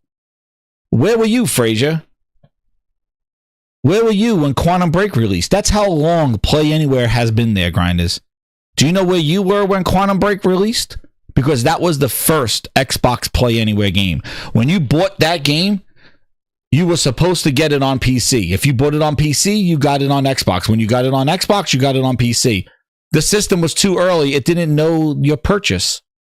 So they apologized, said we're learning, and they sent a code instead. And I got a code for PC to activate it in my Xbox PC store. Where were you? Playing PS4, Josh says. Oh, okay. Because I was there with Quantum Break. The first Xbox, but Play Anywhere is great now. Well, is this the future? Where were you? Ron, where are you? Where were you? Where is Ron right now? Oh, it's revolutionary though. It's so good. Where were you? Did you get Quantum Break? Because that's what my first game was. The Windows PC handheld does not play native PC. It only plays native PC games. It doesn't play your Xbox games. And you want to know what, grinders? That issue with me having 324 games and only 30 of them being playable on PC, it's never going to get fixed. Because you know what? It's licenses. It's all that stuff that they got to try to do. It's licenses, it's negotiations, it's 360 games. So what their solution is you stream it. Their solution is that you stream it from an Xbox. Where that box is in the name of... This dude had 507 games on his console, the real Xbox. And what does he have on his... This is an Xbox. 98. He went from 507 games he owned on the console, and on his This is an Xbox Asus ROG Ally, which he has here, he has 98. And what's the solution? Well, they told it in the Verge article.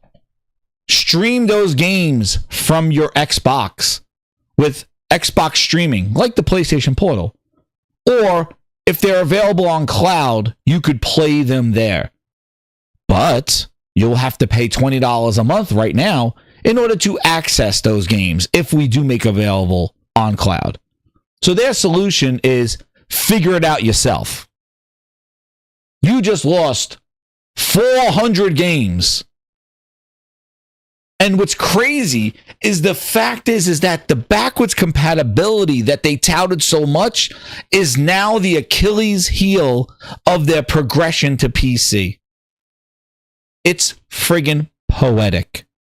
It is so poetic. The crutch of backwards compatibility and doing the 360 games and making people build their digital libraries on Xbox consoles is now the Achilles heel for them to move to PC because they never made those games available on PC. Super Chat's not working. Uh-oh. What do you mean Super Chat not working? Should be working.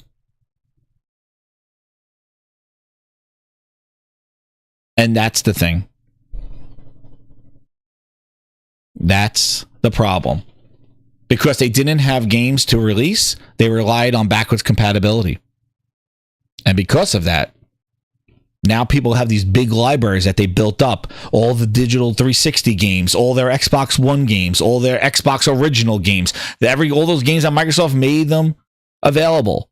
But now they're running around saying this thing that this dude has is an Xbox. And 400 games are gone. And they're telling you to figure it out. Figure it out, man. Hey, man, figure it out. Stream it from the console. Stream it from the console? Hey, man, yeah. Those 400 games, stream it. Or we'll put it on cloud and you can pay us. Incredible. Incredible what their horseshit is. Let me get this one.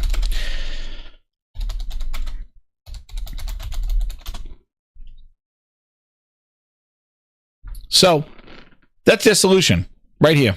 Where did they say it? Let me get it right here.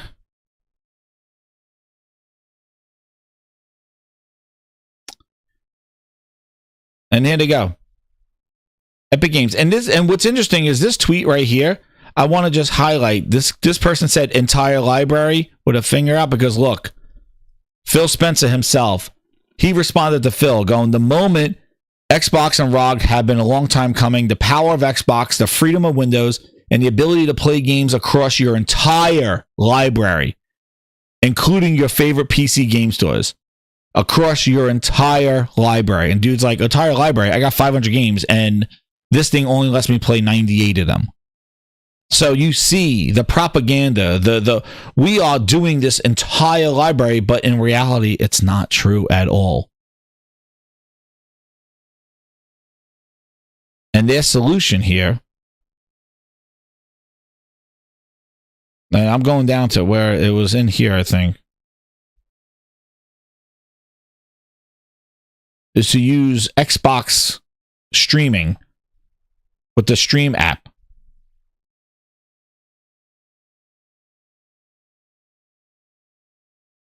See?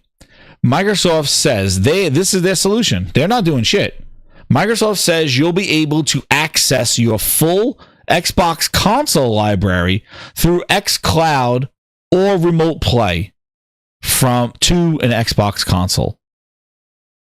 That's their solution for the dude that lost 400 games. They're not fixing this. They are moving full steam ahead, pun on the word steam, because they know they are losing. They will suck. Exactly what the pre-show said. They are moving at a lightning speed. Get it out, get it out, get it out, get it out, because they got to try to beat Steam. Oh no! We suck again! So instead of doing it the right way, the cloud gaming is still in its infancy. They're dropping 30 games maybe a month, if they're even announcing them. They want these people to lose their library. And you know what happens, grinders, when you're a dude that got 500 games and now your library turns to 80? You know what you do? You go buy a PS5 and start a brand new library and start your games library again, because your library, the thing that they told you, your digital library that comes with you, is negligible. You're basically, you could start anew. And guess what? Are you going to start buying from their store knowing that they pull this bullshit? It's easier to leave, Josh. Exactly. And you're going to stop. When Microsoft says, hey, buy from our store with Play Anywhere, shop with us. Shop with us. Are you going back to the store and shopping with them? Shop when you see this is the bullshit? You just lost 400 games because they decided that the console ain't for them anymore. Where that box is in the name of our The console ain't for them anymore. Now it's this ROG, Ally, Windows PC, and we're not even making a native console because that's what people wanted. They wanted a native console. And going back to one of the super chats from earlier, when somebody said, hey, these dudes were laughing about this $900 console. Guys, just a few months ago, when they canceled or they shelved just a few months ago, a couple of weeks ago, where was it? Yeah. Remember when I brought you to this as Grinders here? Please hit the subscribe button if you're new, because this is exactly what's happening here.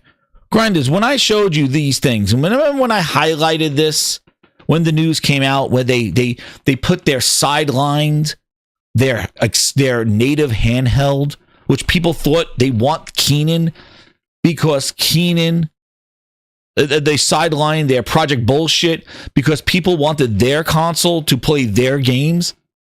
They didn't want a Windows PC ROG Ally thing.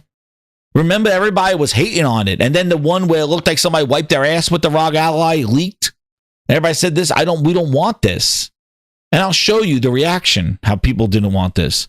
But one of the things that I wanted you to see that nobody pointed out is the first word of this article from Bootleg. What is the first word? And look at the date, May 30th. Tell me this wasn't pre-damage control that we are not releasing a native handheld machine. It is exclusive. It happened to happen on May 30th, right before their showcase. Oh yeah, their console is sidelined. Really?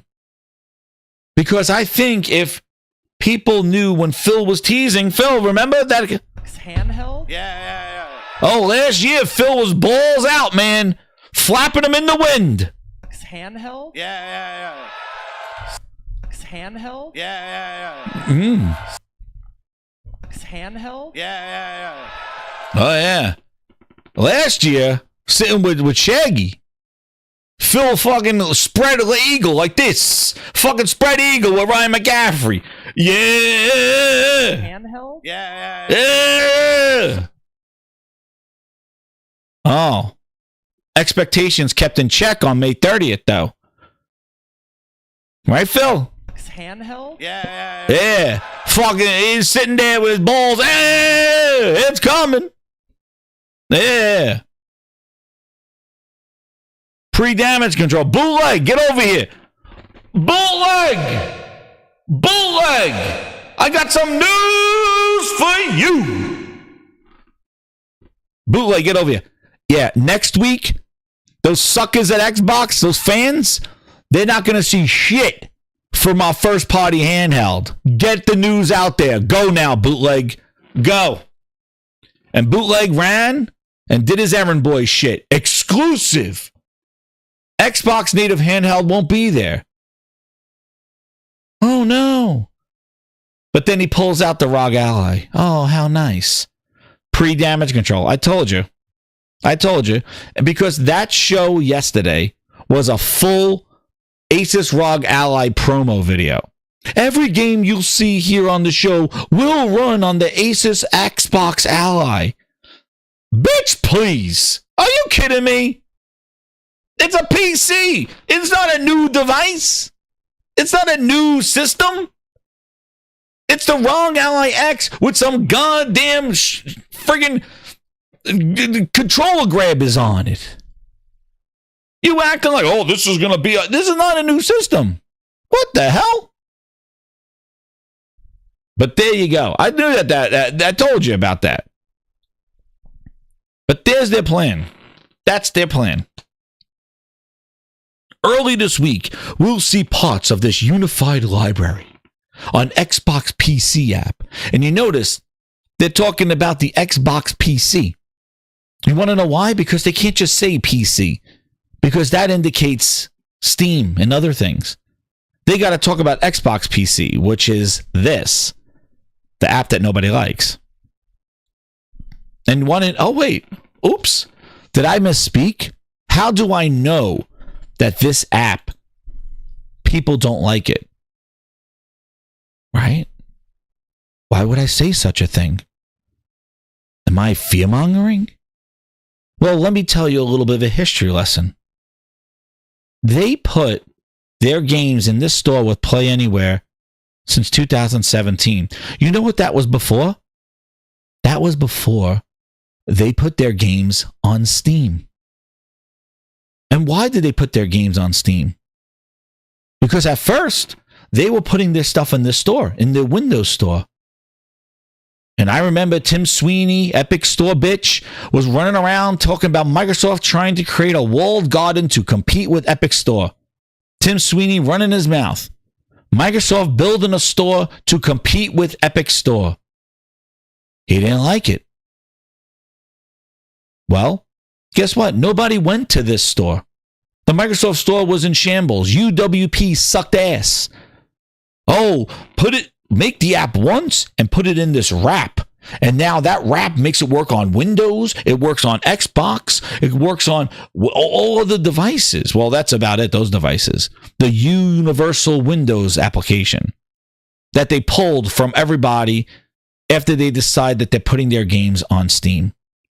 And what's crazy is that Gears 4 with the UWP took over 3 years to copyright, to pirate.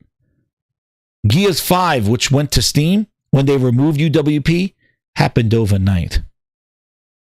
There you go. And Halo Master Chief Collection was the first game they put on Steam. Why they do it? Because nobody wanted this store. So this store existed before they put their games on Steam, if you need a history lesson. Because I was there. I went through all this shit. That's why it grinds me up that we're in 2025 and they are trying to present this as something new, something revolutionary, when it has happened and failed over and over again. And you're trying to fool the people. And that's why I am so passionate about it, to let you know the reality of their scam.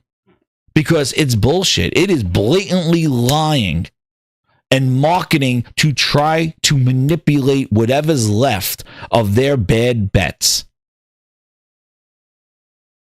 They put their games on Steam. I remember the Xbox show where they had an Xbox show and said Master Chief Collection is going to Steam. And that's it. And they put their games day and date on Steam, and they were done with UWP and done with this store. And it wasn't even this before. It was all integrated in the Windows Store. This trash that's over here. But now they're trying to fix this because they're afraid of what SteamOS is going to do. And yeah, you could load Steam. So for an image, this whole thing, what this is, it's basically this app. So the details of what this is supposed to be, let me get these super chats here.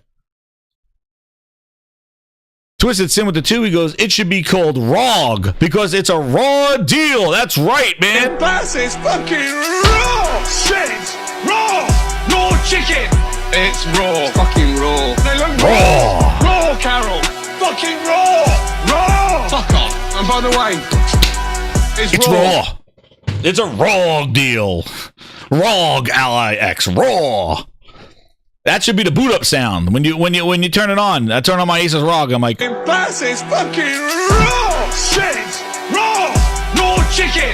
It's raw, fucking raw. They look raw, raw, Carol, fucking raw, raw. Fuck off. And by the way, it's raw. JC member 26 months goes 2 years and counting. Let's go. That's right, baby. Thank you so much. Let's go, baby. Let's go. I appreciate JC. Thank you for being a VIP. But so the details of what this thing is, it's basically a ROG Ally X and is a ROG Ally. It's the black and white edition. The white edition is weaker. It has a Z2A processor. which is basically one that they thought was going to be in the Steam Deck, so it's weaker. That's going to be their budget one. Same screen on both of them. The white one does not have adaptive triggers. That's another thing that came out of this show, and nobody wants to talk. Nobody brought it up. This ROG Ally X has the tension triggers that are in your Pro controller, your PlayStation DualSense. You know that? Did anybody know that? Anybody? Yeah. The tension triggers are in the ROG Ally X. Anybody? Anybody? Yeah. But they're not in the regular ROG Ally. This one on the white. It's not in the other one. Tension triggers.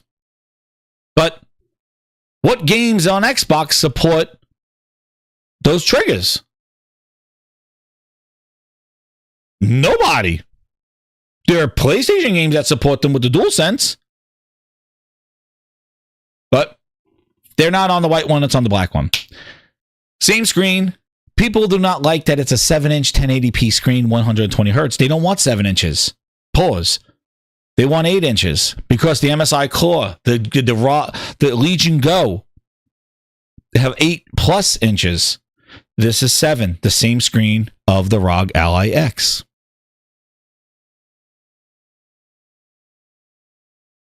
So,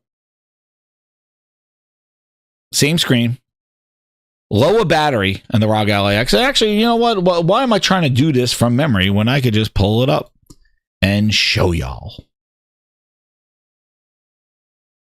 I said we're going to cook because this is some bullshit. Where is it? Hit that like button, grinders, if you're liking this, because I got more.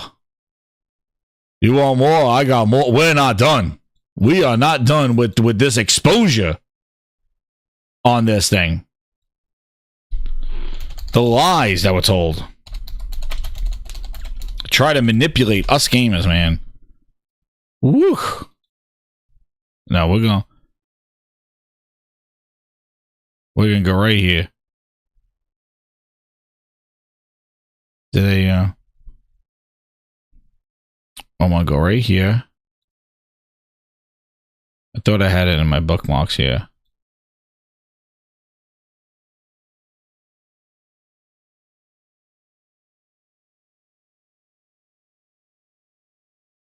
Where is it? Because they had it side by side. Just to show the difference. Is this it? No, that's not it.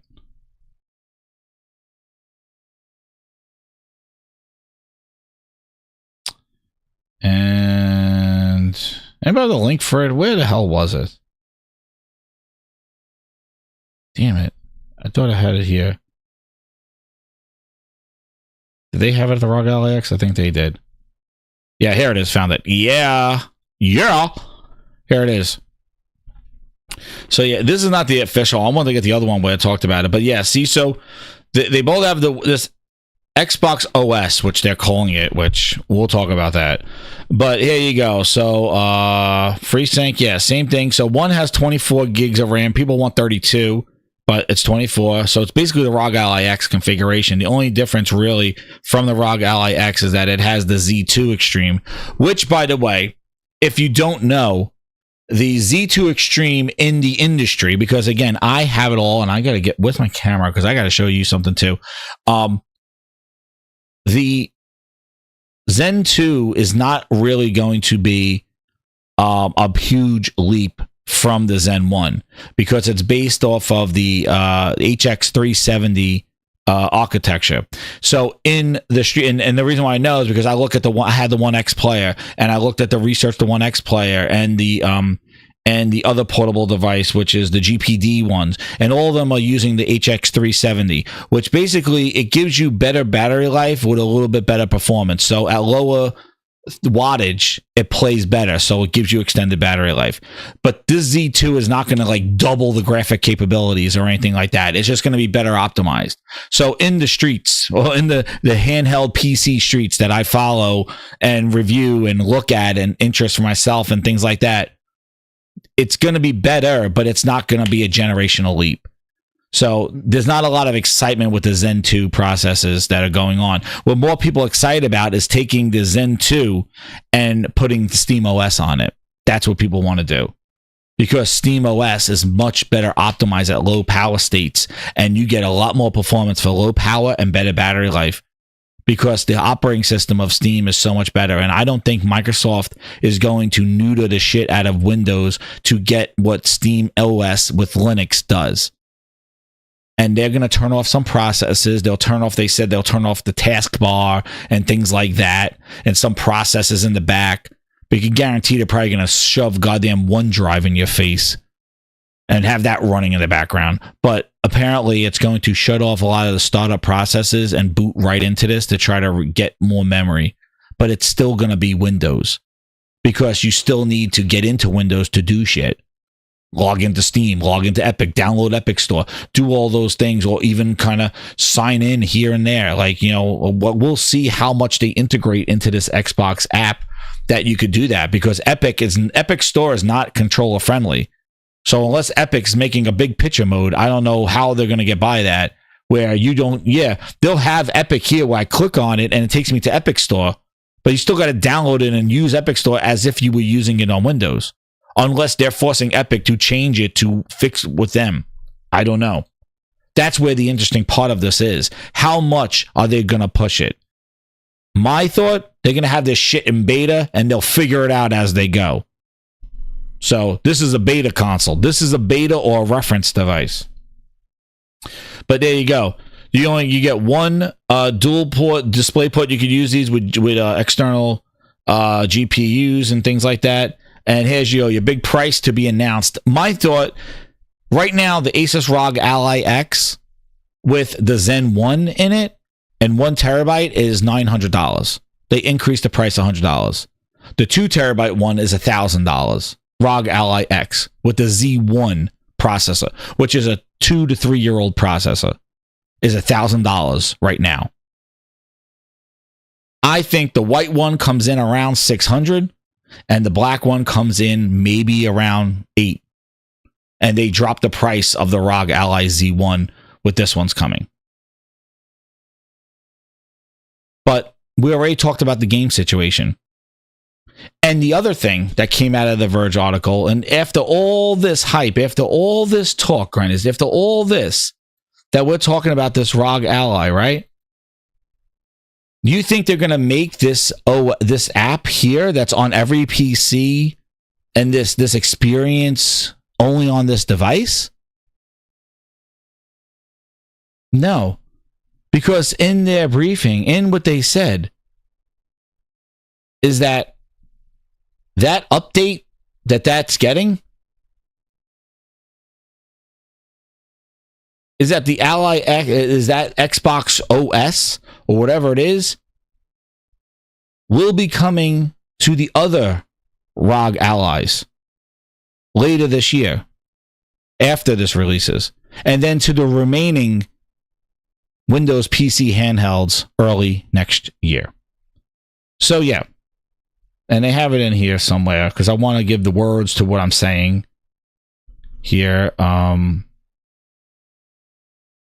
I'm trying to find where that was said, but they will be getting that update. So this is not exclusive to this device.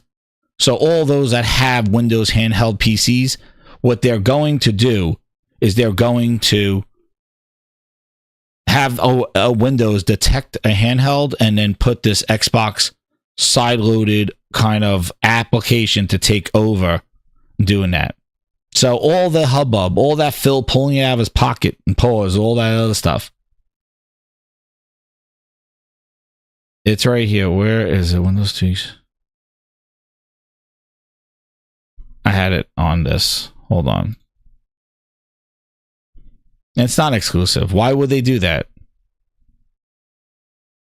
So it's coming out everywhere. And it has an Xbox button. And note the Xbox button launches. The Xbox button launches the Windows. The Xbox button launches the taskbar. So Let me give you a little music interlude and get to these super chats. Let me see something here. You're my #1 customer. The other thing from that article is this. And this is what I said, like, a lot of these things here. So these are the tweaks that they're hyping about. This is what this stuff will do, because it's in the software. We saw what the problem with the games are, but this is the software. So Microsoft made tweaks to the Xbox PC app and game bar to make the handheld more friendly, including the ability to log into Windows with your controller. No touchscreen taps are required. You'll also be able to do a handheld-friendly game bar interface to easily launch apps like Discord, or Alt-Tab between games and apps, or adjust settings without having to fiddle with the touchscreen. Grinders, let me ask you a question. Is Discord going to be controller-friendly?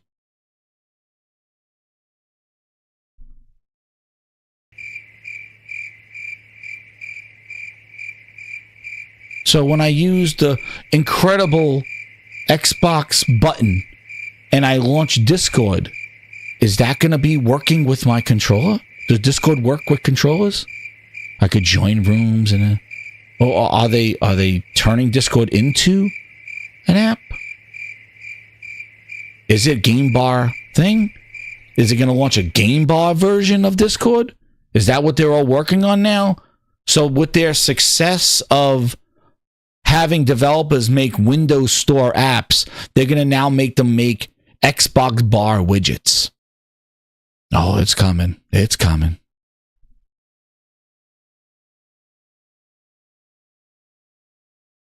I guess it should work. Who knows? Because what's incredible is that with all this talk and all those dudes, people flying out there, guess what? Nobody was allowed to capture anything. Austin Evans, why don't you tell us after we see this wonderful... I told you I don't need these anymore. We don't need these anymore. This is the brand new ROG Xbox Ally, and it is a big deal. So you're looking at the very first... Look how they set them all up, Grinders. They flew, all of them went out there. Every single one. Justine's sister, Justine's cousin, this dude. They all went out there and got the nice... time. Look at the room. They got the room, the hands-on, but look. Xbox has put their brand on a handheld. Major downside on these handhelds, not only from just an experience standpoint in the past, but also from a performance standpoint. When you got the exact same game running on SteamOS, running through Proton, and you're getting better performance than the native game on Windows, you know that you have a problem. I think Microsoft are addressing this in some ways because they are really only loading the bits of Windows that are important. Now, I have an enormous amount of questions about how well this will work, how much of a difference it... One of the things I want you to pay attention to this dude is listen to how limited information they provided him. They didn't know. Really I do think the software experience has been significantly redone by not just the Windows team, but the Xbox team, right? So they had a mention I thought was really interesting. So obviously the Windows teams and the Xbox teams, even though they're both under Microsoft, very different. But they were specifically saying how the Xbox team were in there writing Windows code. And I will say that as far as I'm aware, that's not a normal thing at Microsoft. Now, I will have to say that while we got a lot of footage of the hardware, I feel very confident that the software is pretty far from final. We got, I would say maybe 5 minutes of actual hands-on time, maybe 10, but a very short amount of time of hands-on time where they were kind of walking us through. We were not able to do everything we wanted to, and then the consoles were gone, and that was it. So unfortunately, we were not able to capture any B-roll of what this new Xbox experience looks like on Windows. I have some... Oh, really? Uh-oh. Uh-oh. Oh, no! We suck again! Went all the way out there, 5 minutes. Screenshots what I'll be showing you throughout the video. They've provided some promo images, which is, I mean, what it looks like. But I can't show you the full run through yet until we get a little closer to launch, which is, I'll be honest, a little bit disappointing. So, So, Grinders, the main thing here, as I've been trying to tell you, was the software, was how Xbox was going to be integrated with Windows. That was the pitch. It wasn't the hardware. It's a ROG Ally X. There's nothing new. It's the same screen. It's not Xbox games because they still don't function on PC. The money maker, the money shot was how Xbox app was going to improve Windows performance to compete with Steam OS. And that is the only thing. They only had 5 minutes, couldn't share. They took it away. Here's some promo videos. Thank you. You and I, Justine, go back to the basement. There you go. Go make your little hype videos running around in the green room. I touched it. I touched it. I touched it. But the main point is how the fuck Xbox is going to run Windows better than Steam OS. That's the fucking money shot. You got money shotted with the goddamn glaze.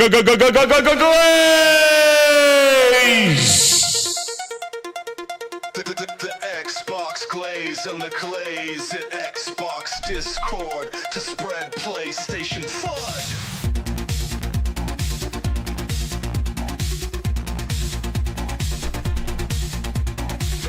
Hit that like button, grinders! Go, go, go, go, go, go, go, go, go!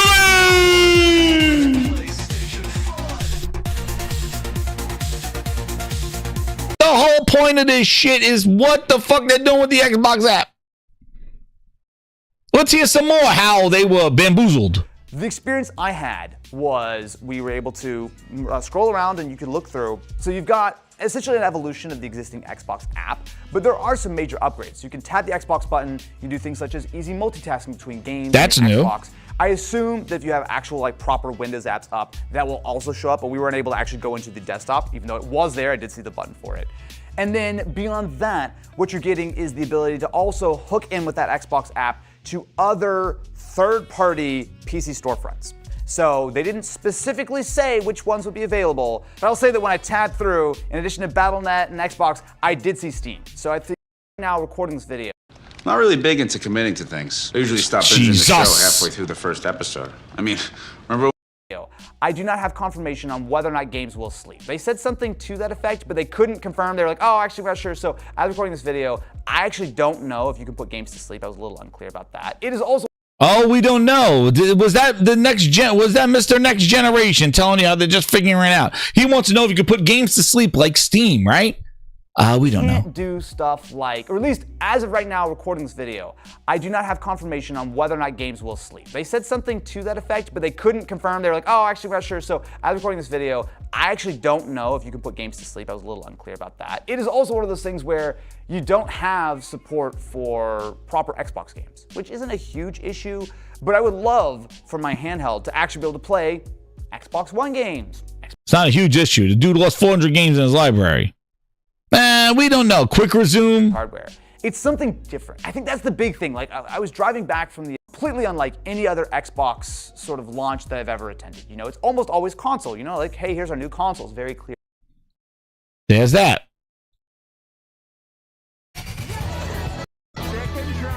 So what is the thing that it basically, it's not a huge issue. You lose 400 games. Not a huge issue.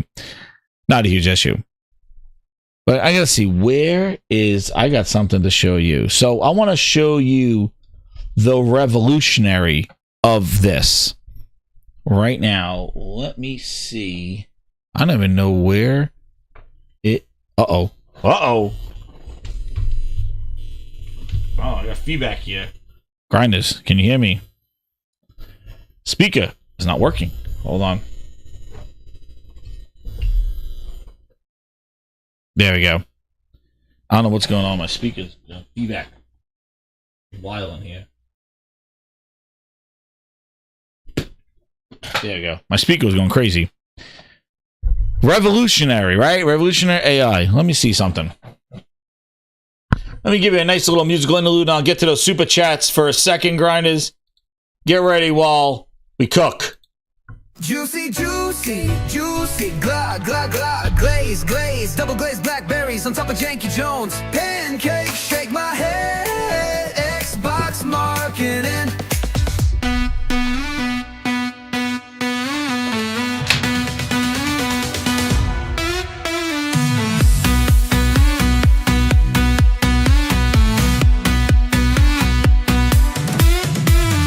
Juicy, juicy, juicy, glah, glah, glah, glaze, glaze, double glazed blackberries on top of Janky Jones.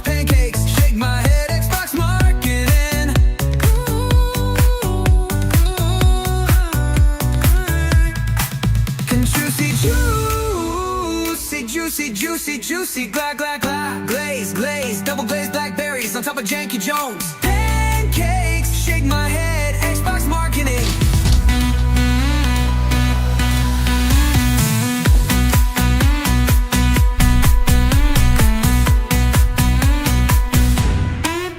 We back.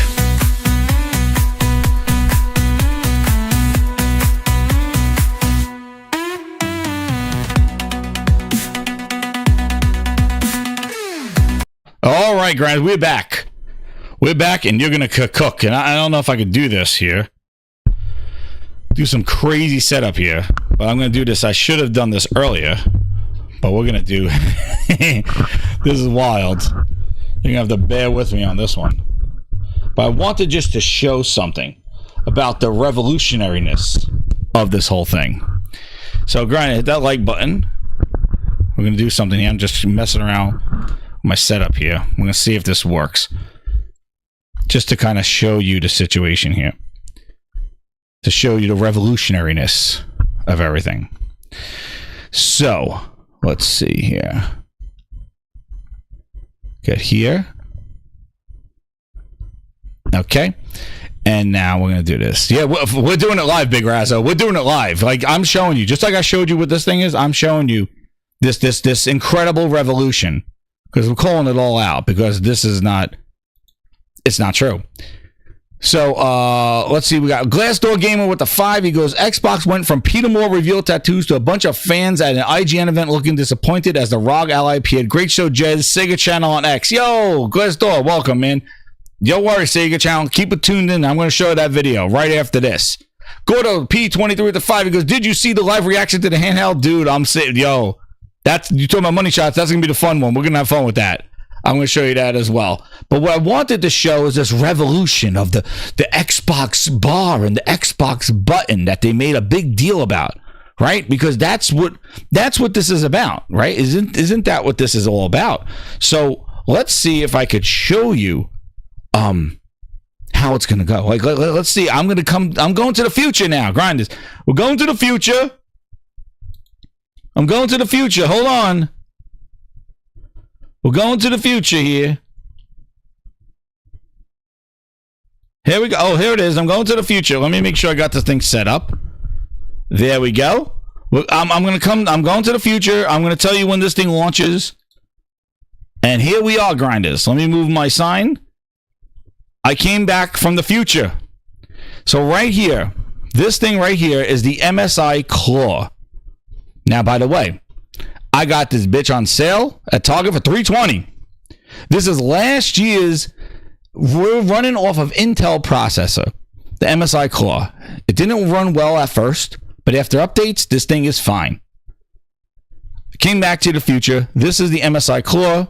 Has, and this is one of them that I own, has the USBs and all that stuff. This is not an ad for the MSI Claw, but dude, plays my emulators, does everything great. So, what they're going to do, now I just came back from the future. This is an Xbox, right? This is an Xbox. So, this is what's going to happen. When it launches, it's going to do that Xbox app, right? It's going to launch that Xbox app. This is what the future's like. You're going to see it here first. I took you to the future in my DeLorean. So this overlay, everybody's been doing it. So this is MSI's, which is not the best one. Asus has a really good one. Asus has the best one, Armory Crate, which some people like and some people don't. But it's the best front overlay where it takes all the games that you have on your system. Yeah, this one's kind of takes all the games that are on your system and basically overlays them and makes them a launcher, which is incredible. This is from GOG.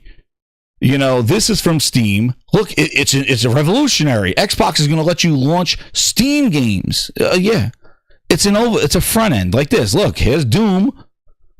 Here's Doom from Steam. Here's Splitgate from Steam. This is from GOG. Revolutionary. They're going to make you launch those games. Oh my God. Yeah, you know what you do? You come over here. You hit add game. You hit add game library. Look at that. Oh my God.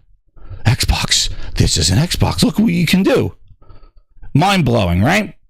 But then, Grinders, An incredible thing, the Xbox button is going to make you use the game bar.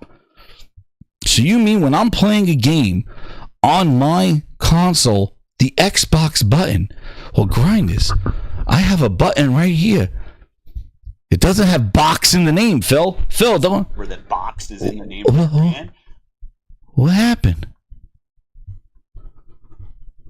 Phil, this button right here. Oh! What is this? What is... But this is not an Xbox button. Wait. Excuse me? Hold on. Wait a second. What was the what was... Hold on. I need to see the tapes here. Hold on. A next generation Xbox Series X sort of follower, some more Xbox focused version that's more that is whether or not, but that is something I would love. Wait, where's his game bar? Revolutionary. You press the Xbox button and it takes you to a game bar. And no comment on X. So it's one of those things that actually kill off the actual. Wait, I want to see if it's the same one. Decide. Okay, today. Well, enough. We saw it. Enough of these friggin' ads and bullshit. But there you go. So you're in a game. Xbox game bar. There it is. Boxes in the name. Sorry, it's a little blurry because I have this hooked up to the microphone. But there you go. Look, you go launch apps, go to settings, and then see what they have. They have like these widgets. So you could do these widgets here. But this is the game bar. Achievements.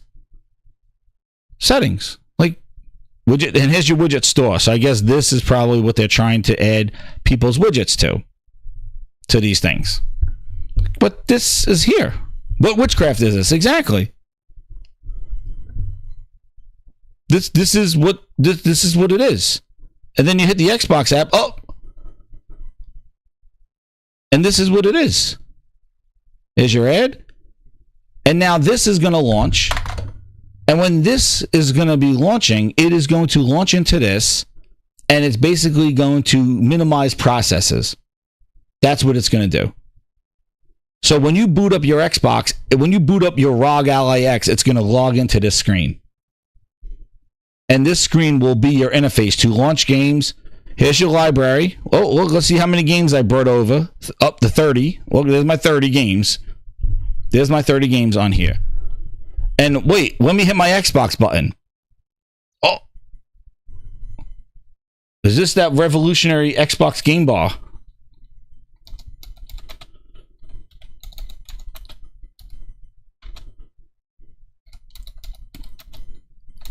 Let me see. This is what's revolutionary. I went into it. For the first. Wait, I gotta hear now how revolutionary this is.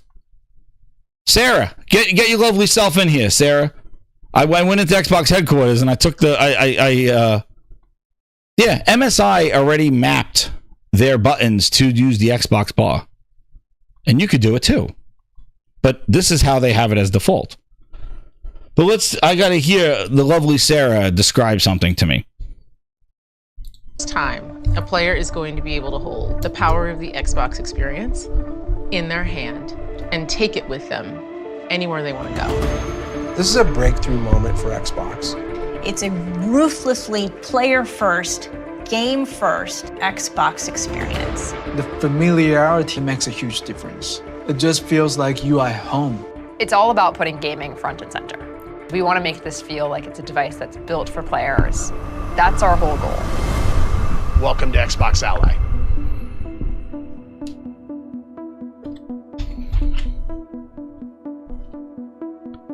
So in partnership with Asus, we're going to be releasing two devices, the Xbox Ally and the Xbox Ally X. And the first thing you're going to notice about these devices is this new design. For me, it feels like I'm holding an Xbox.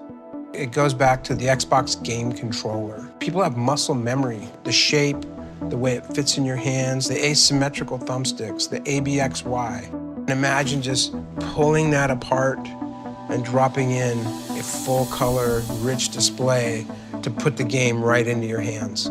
That's where this project started, bringing the Xbox experience into a handheld category. The color of the buttons, that familiar ergonomic gamepad feel, the ability to have impulse triggers, right? We have that precision Xbox controller experience, the rumble feedback and the haptics that just feels so natural. You pick it up, it looks like an Xbox, it feels like an Xbox, it plays like an Xbox. I love the screen. The screen is absolutely gorgeous. We thought about You're my the number brightness one that you customer. needed on the panel. 1080p, 120 hertz refresh rate, and VRR. It was so important to us that the experience from both the hardware and software side feel like an Xbox device. From the So they came up with that. They had to select the 1080p VR. Amazing. There wasn't just the panel they used on the Asus ROG X. Okay. Baldante with the 20 goes, this is a breakdown moment for Xbox. Where that box is in the name of our brand. As we listen to this, Grinders, I just showed you the future right here that was from a 2-year-old hardware.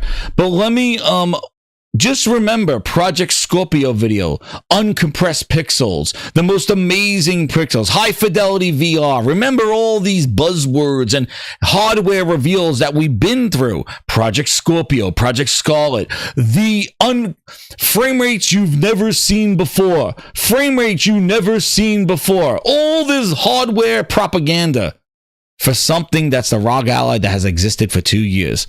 Listen to these people talk about this. The moment you turn it on. That's what people love about consoles.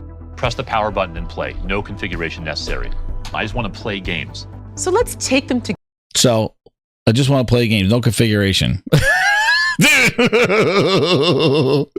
Oh, man. Oh, man. Xbox glaze and the glaze at Xbox Discord to spread PlayStation. We got a glaze. Glaze.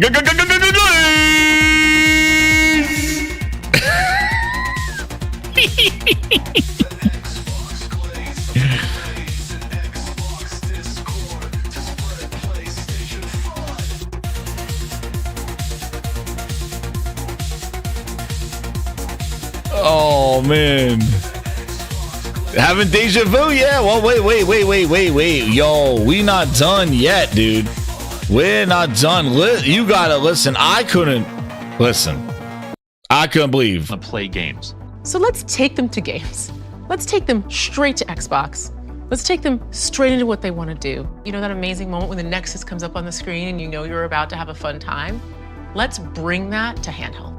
Everything's coming together across the silicon, across the hardware, across the operating system to really deliver that Xbox First experience that players have been asking for. The full gameplay experience that you expect on a PC or a console, it's now available in your hands. The Xbox Ally is designed to be your great portable gaming companion, allowing you to bring your entire library of games with you on the go. It's just a super flexible device. It's going to give me a great balance in terms of the battery life and the performance. It also has fantastic cloud playing experiences built into it. It gives you all of the performance that you seek for AAA gaming, wonderful length of battery life, given the new efficient processor it has and large battery size. If you've played a console, this is what you'd expect it to be. Use your Gamepass to get games, remote play to your console. It's a very familiar experience. The Xbox Ally is great. The Xbox Ally X is the best handheld I've ever tried. Xbox Ally X is really designed for the most demanding players who want a premium experience, including the highest resolutions, the highest fidelity, and the highest frame rates. The Xbox Ally X is really for someone that is seeking that next level of gaming. They're selling this like the Series X and S. You see it. It's like, this is for the gamer that wants the most uncompressed pixels. Dude, it's the same lingo that they did with all their other consoles. This is what they're doing. And they're talking about it like this thing is something that has never been done before. And you know, we need to see the software. And guess what?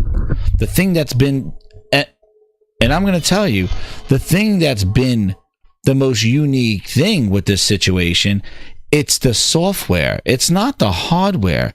It's the software. It's how they're going to make this Xbox OS thing function. That's what the whole point is of this thing. And that is the problem. When these people went out there to handle this thing, they were not allowed to show it. They weren't allowed to show it. Show me again this most amazing console that has the power of playing games like that has never been done before. I need to see this revolutionary brand. Hold on.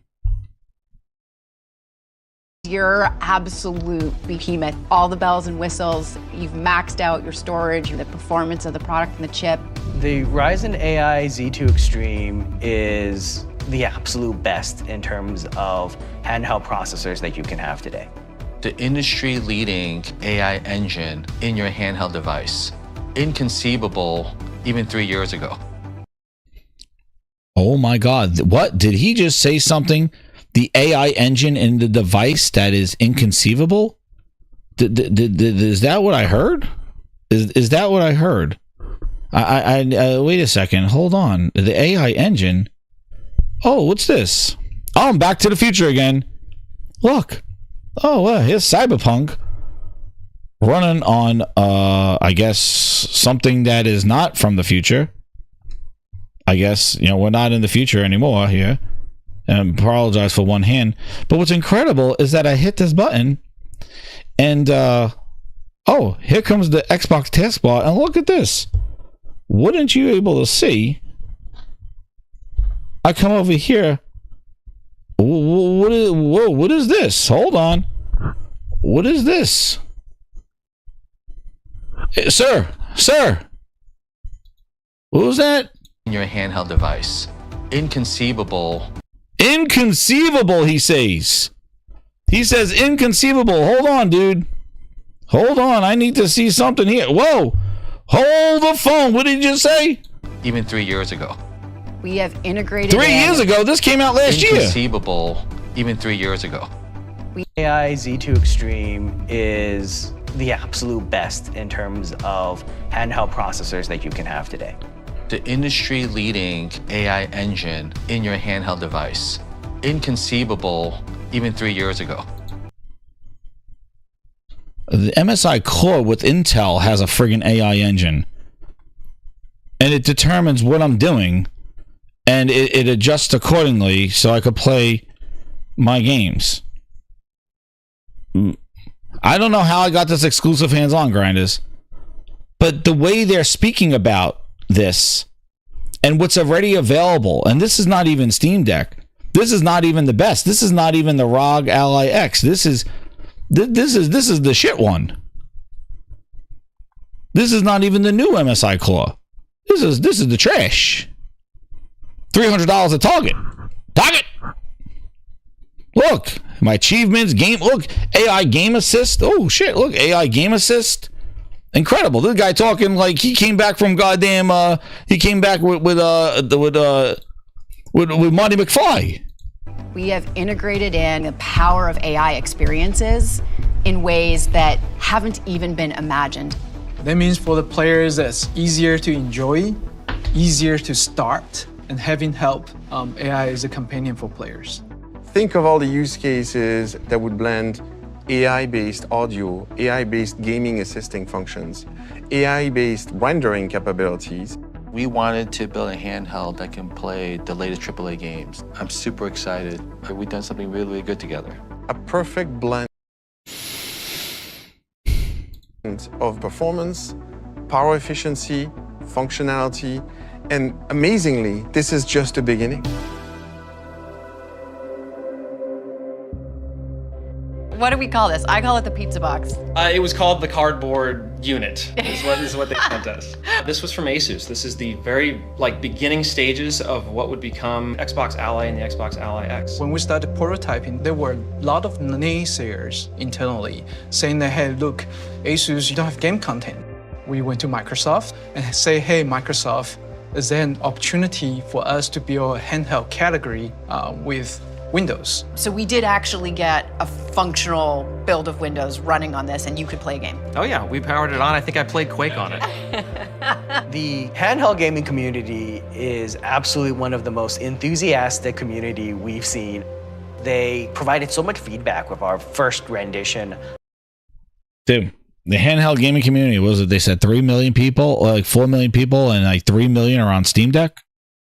of Ally. We realized there are so many things that our community can tell us that we can do a better job. It came down to the fact that these devices were not really truly gaming-oriented devices, the way we think about consoles and Xbox. Hey, let's have... Really? I am shocked. Wait, they're not gaming devices? But wait a second. I gotta get to the grindhouse here. Hold on, Joe. Wait a second. Wait, grind. Wait a second, grind. I gotta see something here. Wait a second.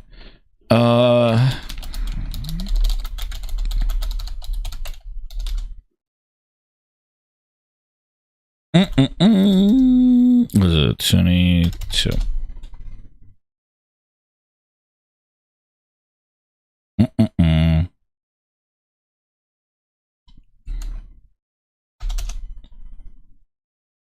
Hold on. Did they realize this? Wait, they realized this.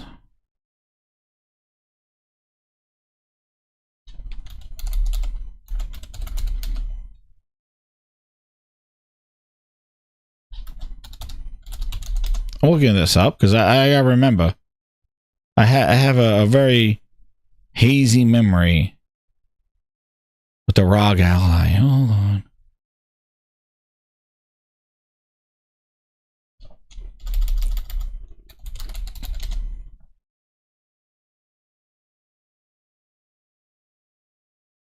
Here at our... Is this it? Look up the ROG Ally launch, because if I remember,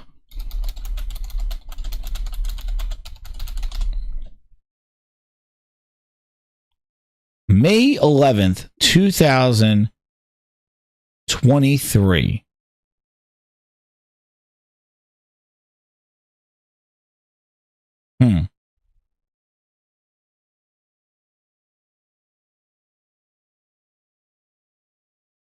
Say how this device. They were sitting there.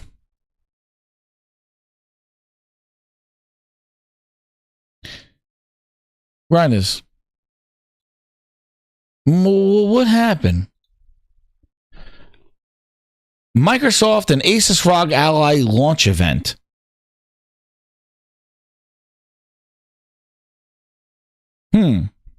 Like, is this deja vu? Is this deja vu? We've been here before. Huh. How to watch the Microsoft and Asus ROG Ally launch event live now, May 11, 2023. The ROG Ally is an upcoming game handheld that runs Windows 11 and is a direct competitor to the Steam Deck. The official ROG Ally takes place launch on May 11th. Panelists from Xbox, AMD, ROG, and Asus discuss the handheld's future during this event. There's a lot of hype for this device. There's been Windows-powered handhelds before, but this is the first in a long time from a major manufacturer. Toss in a partnership with AMD and Microsoft, and it's clear this is a big deal. Gamers everywhere are eager to know how much it's going to cost and when they could get their hands on it. The ROG Ally here. Whoa. What? Holy crumb buns. They learn how to master this type of cooling. Thanks. Microsoft was there. He's going to see them now. In a taxi. You ready? Yeah, let's go. He's ready to go.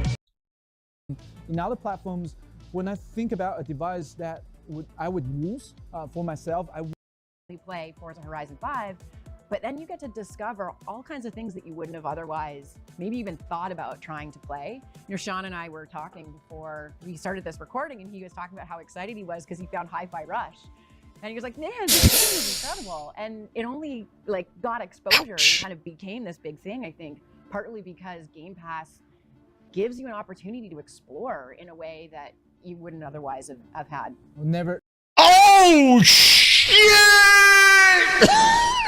Oh man, this came out right when Hi-Fi Rush came out. Oh no, not like this. This aged like horse's ass. Oh no, this is their first event, lady. What are you talking about? There's Microsoft right in the middle. Zoinks! Oh no, hype it up, Hi-Fi Rush. Out of the experience. But I also look at things that we do too, like auto HDR is a great example. You know, you have this huge catalog and history of games, and you love those games, and they now actually play better on new hardware because we can actually light up those colors. And this is all done without the developers having to touch anything in the code base from the games that they produced, you know, 5-10 years ago. And then I might just echo the openness. Like, to me, I think it's incredible that you can open this up and you have your Xbox app and all of your games and experiences there. You also have, you know, your Steam store, you've got your Riot services store. So to me, the idea that we are putting the player at the center and we are acknowledging the fact that the player plays across a ton of different places in different form factors, I mean, that to me is great, and it's extensible. You know, I think Asus has done some great things. If you look at some of their command center investments, you look at oh, command center was good back then. She said the Xbox app was there. It sounds like everything was done in 2023. So what are we doing here? Like, yo, this is what I mean. They were saying the same shit when they launched the first one. This is the third one. Load up the Xbox app. Yes, Swag Bag, you do it all. This is her from Microsoft talking about it. This is what they said. The rest of the sort of applications that they put in there. It really lights up. Game Pass is absolutely a huge part of the equation. How do you think gamers will make the most out of this service? Yeah, absolutely. So Game Pass for us is, you know, it is the way that we are putting a whole. What happened to Xbox Play Anywhere? Excuse me? In the hands of players. It's integrated into the Windows experience with an application through the Xbox app. And to me, it's this collection not only of what we produce with Xbox Game Studios, so first party, but you also have this huge collection of third party games that are accessible. And we've put a lot of energy into those partnerships. And so with Game Pass, you also get to be, you know, your EA Play membership. You have a bunch of membership only light up experiences with Riot, like League of Legends are all kind of great examples of that. So to me, it's this blend of what you're really familiar with. You know, you can go pick up the device and instantly play Forza Horizon 5, but then you get to discover all kinds of things that you wouldn't have otherwise maybe even thought about trying to play. You know, Sean and I were talking before we started this recording, and he was talking about how excited he was because he found Hi-Fi Rush. And he was like, man, this game is incredible. And it only like got exposure and kind of became this big thing, I think, partly because Game Pass gives you an opportunity to explore in a way that you wouldn't otherwise have had. Never would found it if the Game Pass wasn't there. Yeah. You know, so thank you. Yeah. Yeah. RDNA 3, Zen 4, massive generational leap every single time. How do you guys do it? Well, thankfully we've been building tens of millions, hundreds of millions of gaming devices now for over a decade. So like the ROG Flow and ROG Zephyrs. Now we have a gaming handheld which make PC games mobile, right? So, you know, the scenario of playing games at the back seats in the air are now possible. And with all this time that gamers can have access to their beloved PC gaming contents, we also hope the publishers to think about, you know, the hard work they actually put into creating these games will be enjoyed, right? And we hope they think about, you know, all these PC games is no longer. So PC games. Right, now, I had to see that. Those are some receipts right there. Because I need to, do you hear how they were talking about this ROG? Like, it's revolutionary. Dude, they were right there. Sitting right there. She's sitting right there. Where was their vision of the Xbox app? Where was this integration of Xbox and Play Anywhere and your library comes to you? Where was this is an Xbox? Why didn't she say that sitting next to everybody? Guys, this is an Xbox. This is not an Asus. This is an Xbox. Where was this vision of she sounded very happy with Asus's front end. Oh, Armory Crate's fine. That's great. You could launch our Xbox app. It's about Game Pass. Oh, really? Oh, where was this vision in 2023? Oh, it didn't happen until Steam OS ate their goddamn lunch. Now Microsoft's like, oh, shit. It's been 2 years. We haven't done shit with this system. Now let's do something about it because Steam is about to eat our ass. And now all of a sudden, this is an Xbox. We've spent countless hours with the Xbox app. Where were you here? You were there. Asus didn't do this. Asus didn't do this on their own. Microsoft, that girl, that lady, right there. There she be. She's right there. She's right here too. Here she is now. 2 years later. Have Microsoft come in and revamp the software on this, turn it into an Xbox without getting rid of everything that makes Windows great. Let's turn this into a console worthy of the name console, worthy of the name Xbox. That was the moment where we said, wow. That's when all the light bulbs started to go off. So we decided to start a partnership with them and do something wholly unique for us as Xbox. We have different yet very complementary capabilities. You have Asus making industry-leading hardware, and you take Xbox. Are they showing and bring how all this of the experience Xbox we integration have in software is console working? and in gaming, In this and video? bring that together into this portable device. How do we start with this and add this to make it feel like a combination of Asus and Xbox work? Yeah, how do you, sir? Sir. How do you figure that out? You were there, 2023, Microsoft and Asus ROG launch event. Where were these questions then? Where was all the sketches of how do we make this a console? Where was that in 23? Where was that? It wasn't until SteamOS crawled up their ass and said the OEMs got a whiff of some greatness with SteamOS going, yo, our hardware runs better. Now Microsoft's like, we got to do something about that. Where was all this? Where was all the sketches? With your shoulder bumper, as well as those triggers at the back. It just feels more intuitive. No one has ever seen this before, and this was a request from you Yes. as a kickoff for like a proof of concept. Like, what if we put an Xbox button on an Asus Ally? You could imagine a world where that button on this device was the Xbox button that you see on an Xbox controller. When we were talking to the designers at Asus, they were basically saying, well, our products, they're not round, they're angular chisels and angles. And so this is the new Xbox button shape. To place. Oh, shit. So when Microsoft said, let's put our Xbox button on it, and you saw what her design was, she's like, We put an Xbox button. oh, she wanted to put an Xbox button on there. Box is in the name of our brand. Look, there it is. But Asus is like, nah, we don't do circles. But Xbox, that's the logo. That's the logo. Asus said, bitch, not on our console. We do angles. Oh, shit. On an Asus Ally. You could imagine a world where that button on this device was the Xbox button that you see on an Xbox controller. When we were talking to the designers at Asus, they were basically saying, well, our products, they're not round, they're angular chisels and angles. And so this is the new Xbox button shape. Oh, that's what happens when you don't make your own hardware and you got somebody else doing it. They're putting their mark on it. They said, bitch, you want to put Xbox button on our thing? Well, we're going to make it look like our design. We don't do circles. Oh, shit. Microsoft. 25 years of Xbox logo being a circle. The circle was on the OG controller. Asus made you said, nah, bitch. To place the Xbox Nexus on the rhombus is such a beautiful representation of the marriage of the precision, the robustness of Asus's design, and the power of Xbox. Yo, Sarah Bond, fine as hell, but man, she is smoking something. She is a Looney Tune on this episode.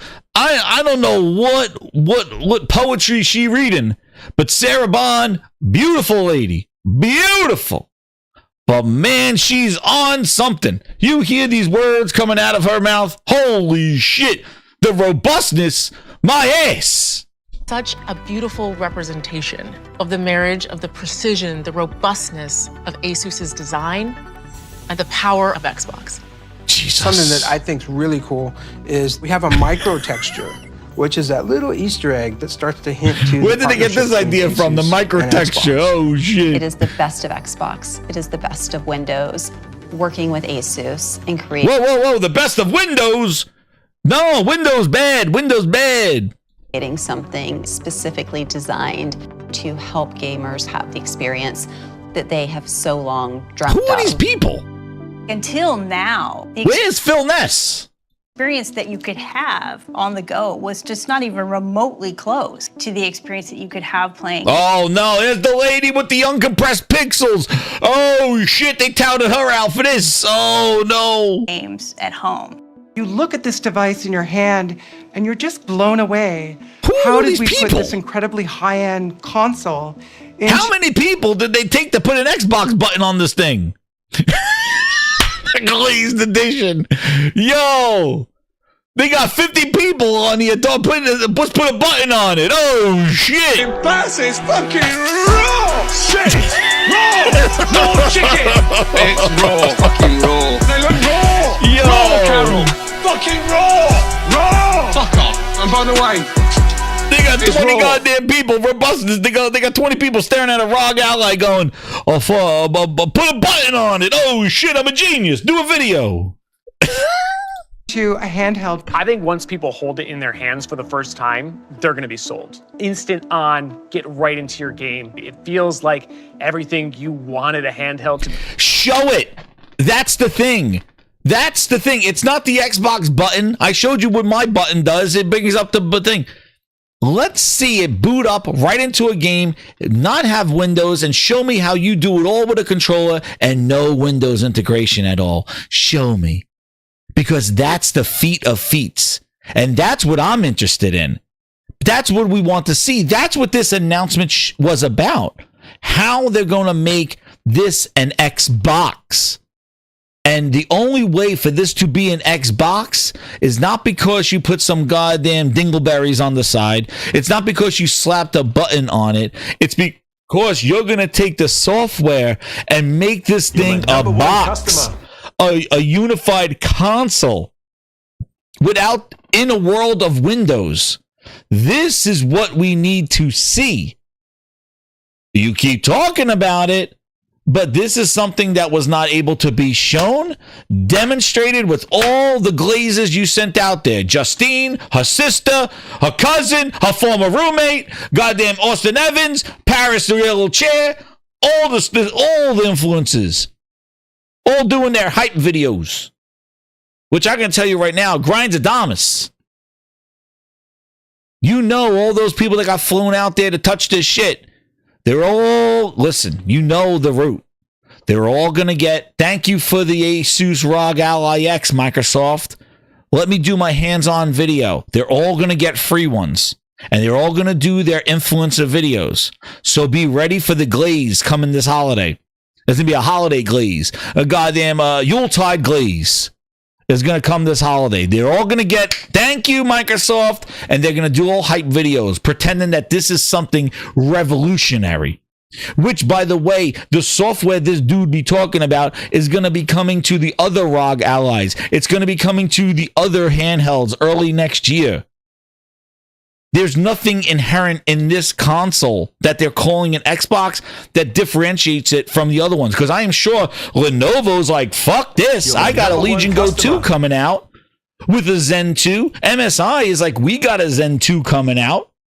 Why does Asus get this special care and we don't? Well, hey, Steam, get over here. I'm going to work with you, Steam. Microsoft pissed off their OEMs.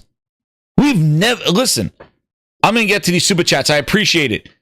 One thing I want to say is you're right. We've never seen this before. Microsoft has never singled out an OEM in the world of Compaq, HP, Asus, Acer, Lenovo, MSI, all of them. Microsoft has never singled one out saying you're going to build hardware, we're going to partner with you like this. That is revolutionary. Even with their own Surface device, Microsoft made their own Surface. They didn't partner with HP to make they made their own hardware. This is the first time ever Microsoft singled out an OEM who are all competing with each other and gave one OEM an advantage over the other ones. If you're Lenovo right now getting ready for your Legion Go 2, you're looking at this going, bullshit. Bullshit. You're MSI and you just announced your Core 8. You look at this deal and you go, bullshit. Why do I have a compromised version of Windows that everybody hates and Asus is getting the deal? So tell me. Or they're going to go and put SteamOS and go, screw Windows, I'm not using it. Because Microsoft has never took one of their OEMs and said, you're our choice. And we're going to make you now in this early competitive market be our baby and screw Legion, screw Lenovo, screw MSI, HP, eat my ass. Asus, you're our, Acer, take a walk. Asus, you're our dude. And the price. Are they going to make it undercut? Exactly the first. Are they going to undercut? Is Microsoft going to make them sell this for less because their name is on it? I don't know. Will they subsidize this thing? I don't see it unless they're banking on people to use that storefront. But will they do it? Who knows? But it wasn't quite getting there. This is it. When you boot up your Xbox Ally, it's going to boot into the Xbox Experience. We're turning off the desktop and other processes to optimize for gaming. That lets you have all of this memory back that can go just towards your games. I don't have to think about Windows. All I have to think about is my game and being focused on my game and how I'm going to get my highest score, how I'm going to be able to complete that level. Those are right there for me. You're just one button press away from getting your game bar that allows you to access various functionalities, utilities, and settings. Game bar is going to bring all of this fantastic utility there for you. You'll be able to, see the performance of the games. You'll be able to send messages to your friends. Didn't I just show you that with this thing right here? The game bar right there. I just showed that to you. Your most recently used games, connecting to a Wi-Fi network, or changing the volume. If I wanted to bring some app experiences thanks to the game bar, like Discord and stuff, I don't have to leave my gaming experience. We've made it really fast, controller friendly. It's hold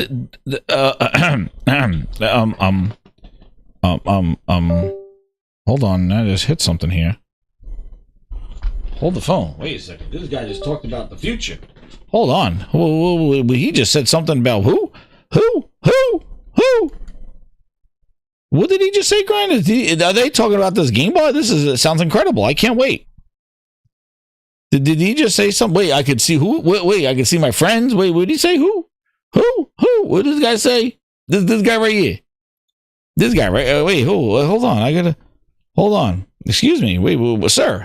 What is this incredible feature that we're talking about right here? Excuse me, sir. Wait. Whoa, sir, wait. Wait.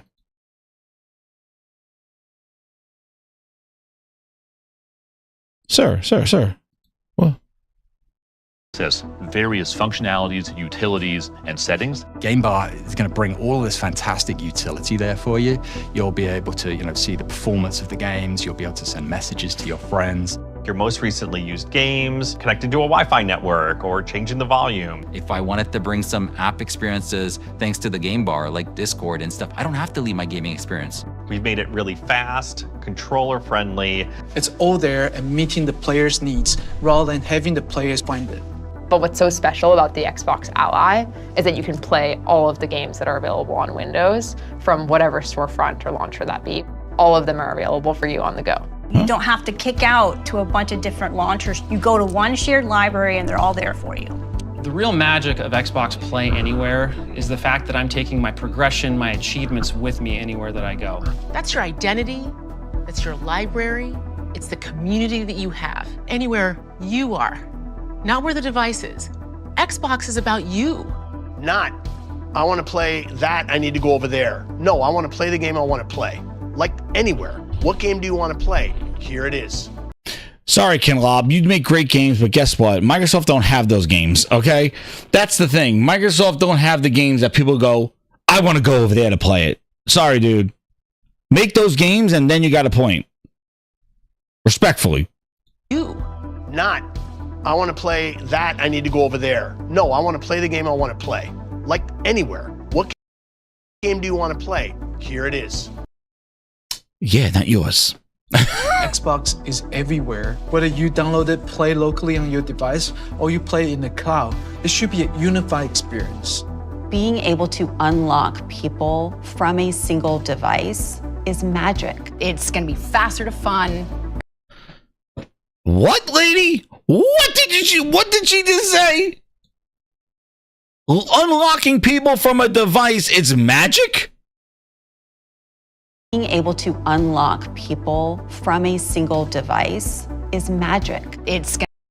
This whole video is about putting somebody on a single device. What are we doing? What the fuck? This whole video is about one device. It's about a handheld. Why it's magic to fucking people? Who's writing their scripts? Who are these people? Who are you? Whether you download it, play locally on your device, or you play. Who are these people? It's magical so why are you selling me a device then, lady? In the cloud, it should be a unified experience. Being able to unlock people from a single device is magic. It's going to be faster to fun. There's going to be more ways to play. Faster to fun? What did she say? Faster to fun? Single device is magic. It's going to be faster to fun. It's going to be faster to fun. This lady had a glitch.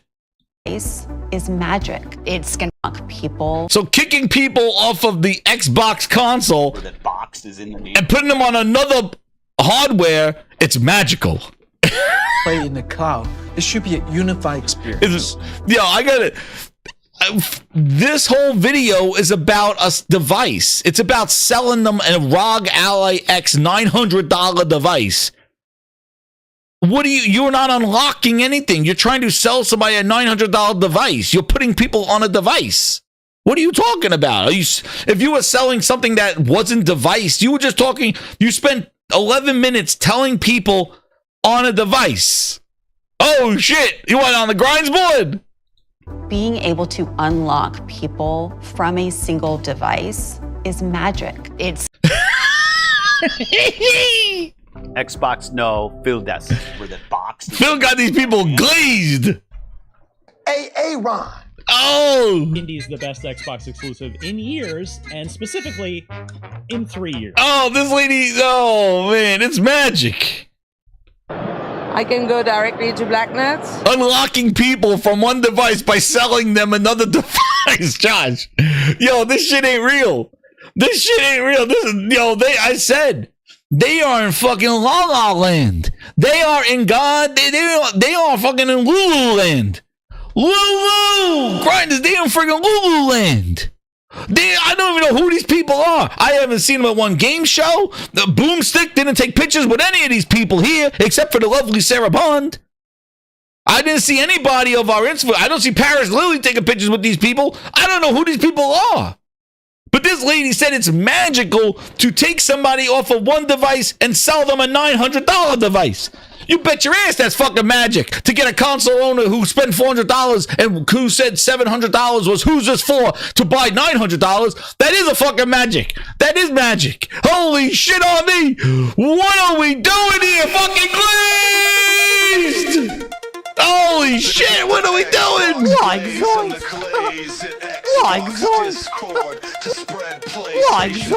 Yo, your identity, who you are. Yo, they are on some friggin' weird ass goddamn herbal shit. I think they're taking shrooms over there at Microsoft. They gotta be drug checked. Microsoft gotta be drug. Yo, they gotta pee in a cup. All these people over there, they're on some fucking shrooms. They got fucking shrooms over there. I want drug tests at all, Redmond. These people on fucking Cloud 9. Fuck out of here. I don't know what fucking glazing they're Yo, 40 games come with you. Holy shit, I got 500. 500 games, 40 come on me. Fucking magic. Yeah, it's magic. Watch them all disappear. Oh, shit. Watch them all fucking disappear. This lady gonna create magic. Oh, you made... For 25 years, you have 600 games. Well, let me sell you this device where you only get 40 of them. Fucking magic. Abracadoo, bitch. Like zoinks. Hey, Shaggy, grab a bucket and some light sauce. Rub off my tires. There's fucking dog shit all over by the end. Fucking magic. Why'd you make your whole Xbox library disappear? Fucking Alakazam. Alakazam is fucking gone. Another one. Oh, shit. Oh shit, I got 500 games for 25 years. Well, hold on, I'm gonna say this device where you only get 40 of them. Fucking Abracazam, bitch. I'm gonna pull a fucking rabbit out of a hat. Phil Ness out of a hat. Oh my god, this is fucking magic. I make fucking 500 games disappear. Oh, man. Xbox can't compete as they are getting washed in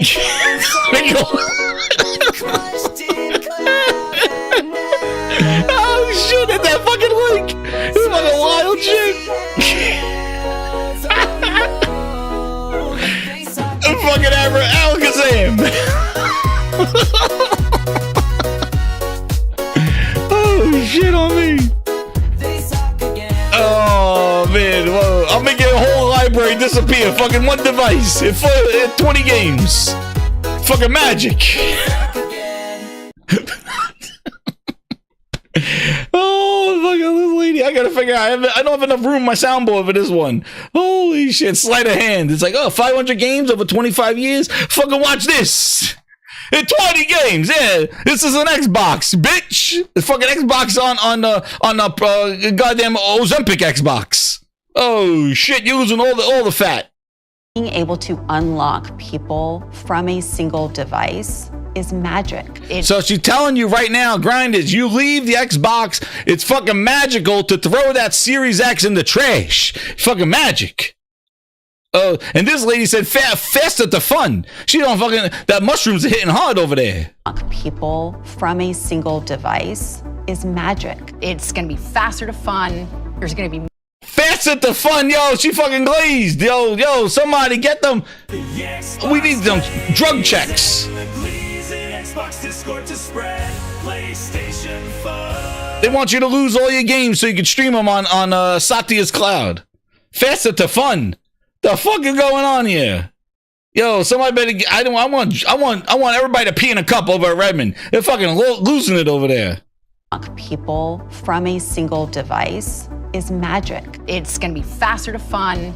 There's gonna be more ways to play, and you are gonna be blown away with the size and scale of access that you have to your content and library. Wait, I got 500 games, fucking 40 of them. What are you talking about? Faster to fun. Faster to the garbage. You know, one thing that is true is how much play is important to who we are as humans. And when you hold that in your hand and you can take it with you everywhere, I think there's just something beautiful about that we all need. That's what Ally brings to Xbox players. Yo, man, I want drug. We need the DEA. Somebody gotta do drug exams. They on some fucking shrooms over there. Holy shit! What is she saying? That is true is how much play is important to who we are as humans. Yo, what the fuck? Are we talking about games still? They haven't shown one goddamn game in this whole 11-minute shit. They talked about all this, like, I'm gonna do all this now as humans. Yo, what the fuck is going on here, man? They're like some fucking deep shit going on here. This lady gonna go faster to fun. The other one saying it's magic for you to lose all your games. And fucking Sarah Bond says play as humans. Blown away with the size and scale of access that you have to your content and library. You know, one thing that is true is how much play is important to who we are as humans.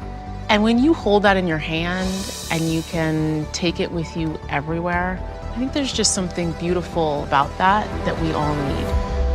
That's what Ally brings to Xbox players. Ally is bringing, it's saving humanity? Yeah, this is some AI shit. Yo, the Ally is saving humanity right now. Yo, this old device right here, this don't save humanity. Fucking their thing saves humanity. It's play as humans. We gotta play. Oh my god, dude. Yo, yo. I don't know what to say. All I know, these people, there's no words for what kind of glaze is going on over here. I think they're on drugs. I think they're on drugs, dude. Holiday 2025, dude. There's gonna be a fucking holiday Christmas glaze, fucking Yuletide glaze. Holy shit, dude. Yo. I told you what I was gonna say, man. It's a cult of finesse. It is beyond ludicrous right now. They are talking crazy. This is Swag Man. This is Bruce Willis Armageddon type shit. Dude, I don't know what they're doing over there, but my God. Play as humanity. The Asus ROG Ally saves humans. It's magical to take people off of the console that they're playing on. That's magic. Faster to fun. Yo. I showed you in 2023 that lady Faster to Fun was sitting on the couch. She said, download the Xbox app. There was no Faster to Fun. There was no humanity saving. There was none of this ludicrous shit. They had the opportunity. Where were they in 2023? Sitting on that couch. Sitting right here. There she is. Where's Faster to Fun? Faster to Fun. Where is she? Faster to Fun. Whoa, where is she? She was over here. Where is she? Sitting there. Where is this thing? They was sitting right there. On this couch right there. Where was this elite future? You have the device. You partnered with the first one. Where were you? Hey, Ron. Where are you? Where were they? Where is you? Were there right now? Right here. Partnered. Hey, Ron, huh? Well, you better be sick, dead, or mute. Hey, Ron. Here, there it is. Enough ads on their website. They were sitting right there on the couch. Where was the vision? They were happy. Look, they're happy showing Asus's front end. Nobody cared about the goddamn Xbox app. Where were they there? This visionary, this future, the magic of taking people off their device. Play anywhere. Where was that vision in 2023 when Microsoft partnered with Asus ROG? What happened? Where were you in 2023? Not saving humanity, Swayback, no. Oh, it wasn't until Steam came up, and now all of a sudden, now they got this goddamn, they said, take the shrooms and put a controller on it. Put the Xbox button on it, because box is in the name. This was your time to do that, to fix Windows, to work on handhelds. It took 3 years in SteamOS to straighten your ass out. This is what happens. 2023, this was your time. You're sitting there. The Asus didn't do this on their own. You were there with them at the launch event, partnering with them, talking about Gamepass. Where were you? Where were you?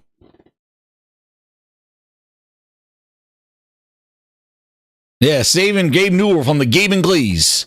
Craziness, man. Craziness. Ludicrous. Twisted Sin with the 5. Microsoft, make this video. You make this video, then show it to an audience, and hype just dies. Way to go, Microsoft. Twisted, we're coming to that. Glinza with the 5. Imagine if they had as many game exclusives as they have people shilling for this handheld. Exactly, Glinza. Like, how many times do we need to pull up receipts on the same situation? Every single time. And I guarantee you, we'll be watching this video again when this thing releases. Because the first thing, see, one thing that you guys are going to see, the person that said about the handheld industry, listen, These are not fly-by-nighters. These are PC dudes. And the first thing they're going to do is take this device and put SteamOS on it. The first thing they're going to do is take this device and hit Control-Alt-Delete and see what tasks are being held back. What processes are being held back because of this Xbox OS. They're going to try to break it. They're not going to sit there and be fed the Xbox OS app. These tech channels are going to immediately hit Control-Alt-Delete and see what the hell the system is doing. And when you find out it ain't be doing much, you're going to see that all this was smoke up your ass. They're still sorting it out. But let me tell you this. This is their future. This is it. Windows, Xbox app on Windows is their future. Yes, Twisted Sin, they don't like bloatware, and PC gamers don't like restrictions. They want optimization, but they want freedom. And that's what SteamOS gives them. Windows, just like why they didn't go to the Xbox store, is because the files were held in inaccessible folders in the Windows operating system. Mods, things they wanted to do, Windows locked it away. That's why gamers did not go to the Windows store, because it was locked away. That's why Steam, here's your folder, here's all your files, do what you want with them. This system here is going to lock people away. It's going to boot up this app, and what they want you to do, it's a scam. It's exactly what Windows wants you to do. They want you to use Internet Explorer. They got in trouble for that by pre-installing it and making you forced to use Explorer. They got in trouble for that. They got in trouble for forcing people to use their software. And what they were trying to do with this is make this the only thing you see. It's a scam. They want you to buy from this store. They want to feed you ads from this store. So when you boot up this device, you're fed all Microsoft propaganda, ads, storefront, everything. We'll shun you away from those other storefronts. Yeah, you could load them if you want, but we want to show you this first. They want to make sure the Xbox app that nobody uses is front and center and forced. So that's why this scummy practices, exactly. So when you boot up the device, you're fed with Gamepass. You're fed with Xbox Store to buy games on it. Remember we said, why did Ubisoft put games in this store? You still need to download Ubisoft to verify it. Well, because Microsoft lets you buy from them. They want you to buy from this store. They want to have this in your face. So it's not only a move of trying to make Windows better, because they could have done that the whole time. What they're trying to do is sell you their shit from their store up front and center without the noise of everybody else. And you could install them. You're free to do that. We'll see how it is and how it works out. But by having their shit front and center when you boot that up, dude, they act like they're doing you a favor. They should have fixed this thing 10 years ago when they started putting Windows on handhelds, let it detect. They didn't. It wasn't until Steam came along, SteamOS, and doing better than them. And now this is a ploy for them to shove this in your face. You remember when you boot up Xbox, you get the full screen ads? I boot up this, I got a full screen ad. There you go. So this is also helping them push their shit on you. They'll act like they're fixing Windows and we're optimizing it. We'll see how many processes you really are going to do that. But the main thing is they want to put their store front and center. Also, if you recall, again, what already exists?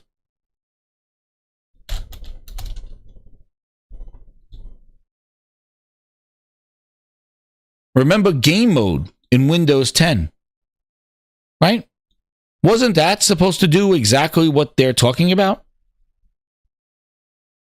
Remember this? Remember game mode? Here it is right here. Dude tweeted out, Zach Bowden, Microsoft has announced big changes coming to Windows 11 that will make the OS run better. Number one customer. That will make the OS run better on gaming handhelds. This includes a new dedicated UI design for controllers, reduced background services and processes for increased performance. Sir, Windows Xbox Game Mode. You all have it on all your PCs. Search up Game Mode in settings. It's a feature in Windows 10 and 11 that optimizes your system resources to prioritize gaming. It does this by detecting when you're playing a game, pausing background processes, and dedicating more CPU and GPU resources to the game. This can lead to more stable frame rates and smoother overall gameplay. So tell me again, hear how this works. It's enabled on everybody's PC, even these handhelds. Xbox Game Mode. It's in your settings. Check it right now. I'm sure it's checked. Is it doing its job? Shocking. And now, Voyager 88 for member 24 months, 2 years VIP. Microsoft. That's right. That's what they are, dude. They're soft. Soft's in their name. So they got to be soft.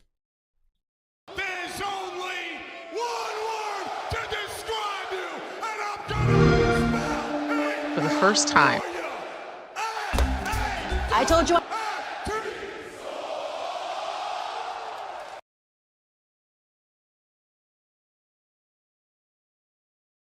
And now grinders. I told myself. The moment. Hit that like button. We've been cooking. I told you. Sign My Ass is here. Now it's a party. Now it's a party. We got Sign My Ass here. Here he is. Sign My Ass with the Seek 20. He goes, big, the Booty Bond Spencer band at it again. Yeah. Come on, man. How many of these hardware launches, the Project Scorpio reveal, Scorpio, Project Scarlet reveal, like how many of these things do we gotta sit through and we go back to them and laugh of like what they were? The uncompressed pixels, the we did it, we listened to you. They do it every single time. They've been shoving hardware down our face every single event. It's crazy. Come on, remember? Today we announced the Xbox One S, the new addition to the Xbox One family, and shared that all Xbox One games and accessories will continue to work across all members of the Xbox One family. But that's just the beginning. We see exciting opportunities on the horizon, opportunities to unlock new innovation for both gamers and developers alike. The next step change for gamers and developers must deliver true 4K gaming and high-fidelity VR. Zoinks! So we've been talking to our friends and asking them what they want to see from us. I'm really excited to share what we've been working on. And for the fans and for the developers, Xbox has always meant innovation and the latest technology, and delivering the world's most powerful console is something we absolutely want to do. This is the console that developers asked us to build. They wanted a console that had no boundaries, had no limitations. And that technology component to us is what we really need to make our vision and our art come alive. When I saw the specs of this thing, I'm like, wow, I got through to like, they're really going for it. They're not holding anything back. So we gave the SoC 6 teraflops of computing capability to be able to handle. We can render at 60 hertz. We can render fully uncompressed pixels. These are the highest quality pixels that anybody is seeing. And these are the highest quality pixels anybody has seen. This is the 1X, everybody. Not the series, this is the 1X. And what we're able to do now is bring that to the console player. My job as a game maker is about immersion. It's about to put you into an experience and let you live that. I think it's going to be magical. This console is 100% for you guys. We read the articles, we read the reviews. It's the We Heard You console. So that doesn't mean that we are leaving the original Xbox One behind. Every single thing that we've done for Xbox One will continue to work. We add to the capabilities of the Xbox One and the Xbox One family without forcing gamers to abandon all the games in the community that they love so much. These two systems are part of the same family. The games will work on both. The accessories work on both. Well, the box we're building is incredible. It's going to have 8 CPU cores. They're all gone, man. Over 320 gigabytes per second of memory bandwidth. 6 teraflops of GPU power. It's a monster. Greater and better game experiences as a result. Todd, tell us something. We're moving Fallout 4 to VR, and to have a console that can support that at the resolution and speed that we really want, I think it's going to be magical. Man, there's that word again. Magical. My God. Magical. But, you know, we've been through this before. That's what I said. We just went through this Asus ROG Ally thing. We've been through this before. Again, a PR fluff piece without showing the results. Without showing the key item here, which is the software. That's the thing that's not ready. That's the thing. And they did the same thing for all their hardware. Yet again, using E3, using Gaming Showtime to talk about hardware. When they're still trying to figure out the software. All the time. And now I'll leave you with grinders. With this. This is the Xbox glaze. This is not even Xbox. This is the IGN glazed party. Grinders. I need to know who this man is on the left with the glazing microphone. Because that dude, if he works at IGN, I don't want to see his ass do a review. Get ready to watch this. I'm not showing no clip. We are watching this friggin' whole ass video, grinders. Get your coffee. We're cooking tonight. I told you. Put the vodka away. Let's go. Hit that like button. Super chats are working. VIPs are in the house. Let's watch this shit now. Let's go. Who this man? Wait a second. This is the reveal of the device.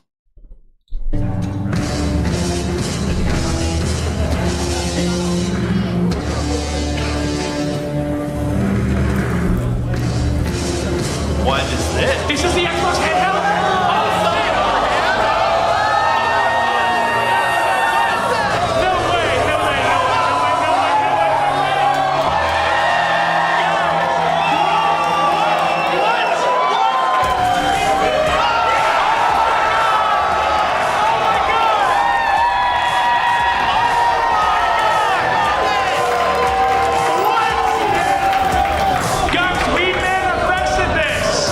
We manifested this. Who this man on the left? Because that guy needs to be fired. We manifested this. I don't know if he's IGN reviewer, but man, this guy, he was screaming in their face to cheer. Watch this. We manifested this. Did nobody read Bootleg Jez's article? There is no Xbox handheld. This dude, watch how he glazes them. They're just sitting there and he's like screaming in their face with a microphone. I'm going to let it play. Let it play. You guys got to watch this. Unfiltered.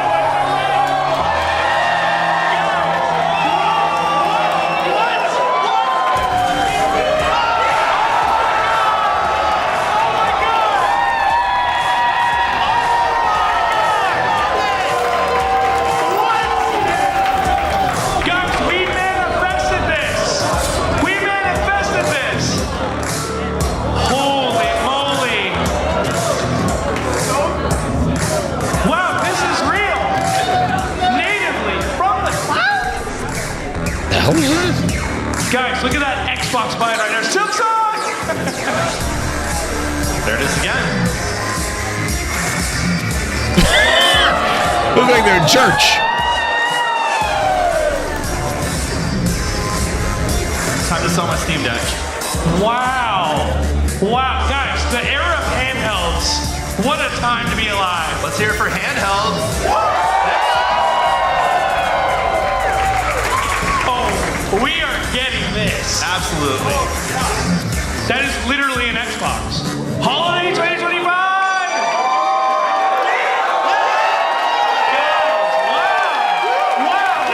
Wow. We strive to put the player first. Who wants a game? And that's what you've seen from us over the years. Dude, did you see that? He's glazing them with "Who wants a game?" Oh shit, man! Yo, you see this guy on the right? He goes, "Who wants a game?" You've seen from us over the years. Look at him. Who wants a game? And that's what you've seen from us over the years. Fucking feeding them, feeding them, and feeding them. I'm gonna tie your asshole shut and keep feeding you and feeding you and feeding. Player first. Who wants a game? And that's what you've seen from us over the years. Yo, he's like treat, fucking treat. He goes, guys, you scream for that piece of shit wrong. Treat. He treated them like fucking dogs. He treated them like dogs. So that asshole shut, feeding them. We strive to put the player first. Who wants a game? And that's what you've seen. Feed him. Treat.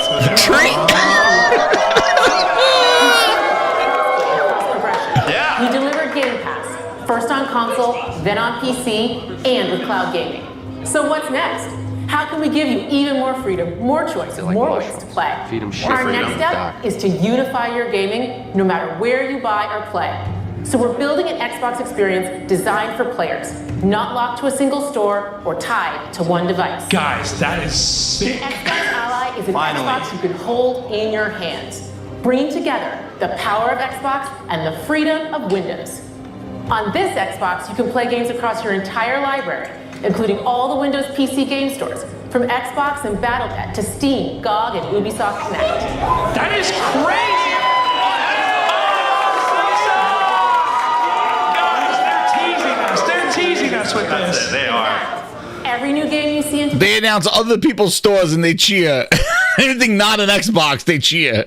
today's show will be playable on the Xbox Ally. Oh my god. We have always wanted you to have a unique That's an Xbox, experience with everybody. Xbox on any screen.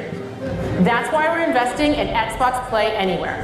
Whether you're playing on console, PC, smart Oh my TV, God, I cannot or wait any to play Windows this in handheld bed. like the new Xbox Ally, the Xbox experience roams with you. Your library, progression, friends, and achievements. There are over 1,000 Xbox Play Anywhere games on Xbox today. And every new game you see in today's show, Guys, clear, from our obscure, partners and our handheld. studios, There we is go. Xbox Play Anywhere. I can't, dude. Yo, who are these people? Who are these people? Clips, yo, you can play it on your Steam. And because it's Xbox, you can always have access to Game Pass with a diverse lineup of games from the biggest franchises. Wow, look at the big cheers for Game Pass. It's only been since 2017. People stoned out. To critically acclaimed indie hits. This is the freedom we believe players should have. Any game, anywhere. And we are giving it our all every day to make this vision real. But it all comes back to the games. From Dead to Rights on the original Xbox to Armored Core 6, our relationship with Bandai Namco Entertainment has stood the test of time. We both believe in bringing amazing experiences to players around the world, and their next game does exactly that. From Rebel Wolf Studio, this is a story-rich action RPG steeped in dark fantasy that I can't wait for you to explore. Thank you, and enjoy the rest of the show. Yo. I showed you that yesterday. Them doing their spiel, their speech. Look at the reaction. They're just sitting there. And that's what you've seen from us over. Our next step is to unify Stunned, your just gaming, like no matter it's such a. They're there to see games. She is preaching, trying to teach. Like, look at them. Look at this. This is a game show. This is what I mean. Like, look. It's like, yeah, you're just saying words. Like, nobody's even cheering about Game Pass, and there's nothing there, dude. On this Xbox, you can play games across your entire library, including all the Windows PC game stores, from Xbox and So PC game stores from Xbox, nobody says anything. Battle.net to Steam, GOG, and Ubisoft Connect. That is crazy. Oh, there they go. Steam and as soon as they said anything not an Xbox, they're like, oh.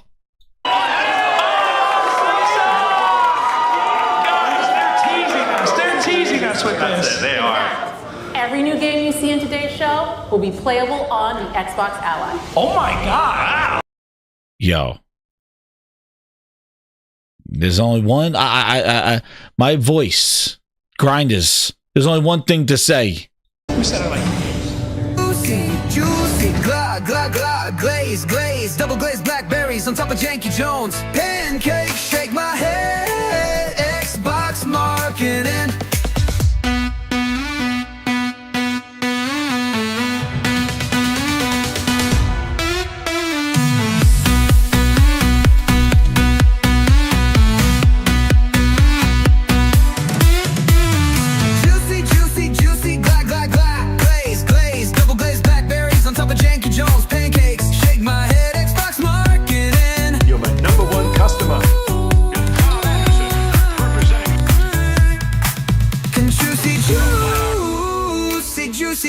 Juicy, glaze, double glazed blackberries on top of Janky Grinders, uncut footage.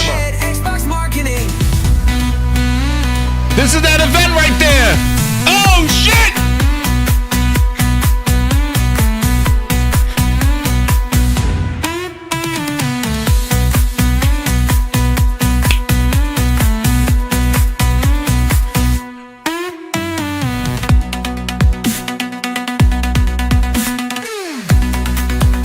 This was the after show. Juicy, glaze, double glazed blackberries on top of Janky Jones pancakes. Shake my head, Xbox marketing it.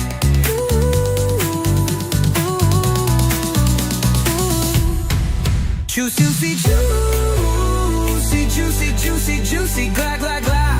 glaze, double glazed blackberries on top of Janky Jones pancakes. Shake my head, Xbox marketing. Round 2, bit!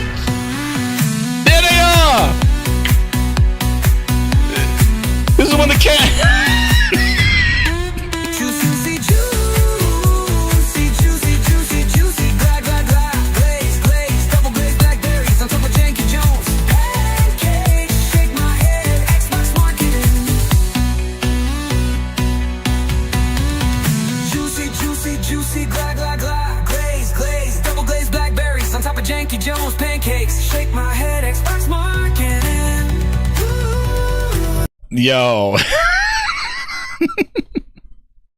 Guys, look at that Xbox buying right there. Silksong! I guess the guy, when he's like, who wants the game, man? There it is again.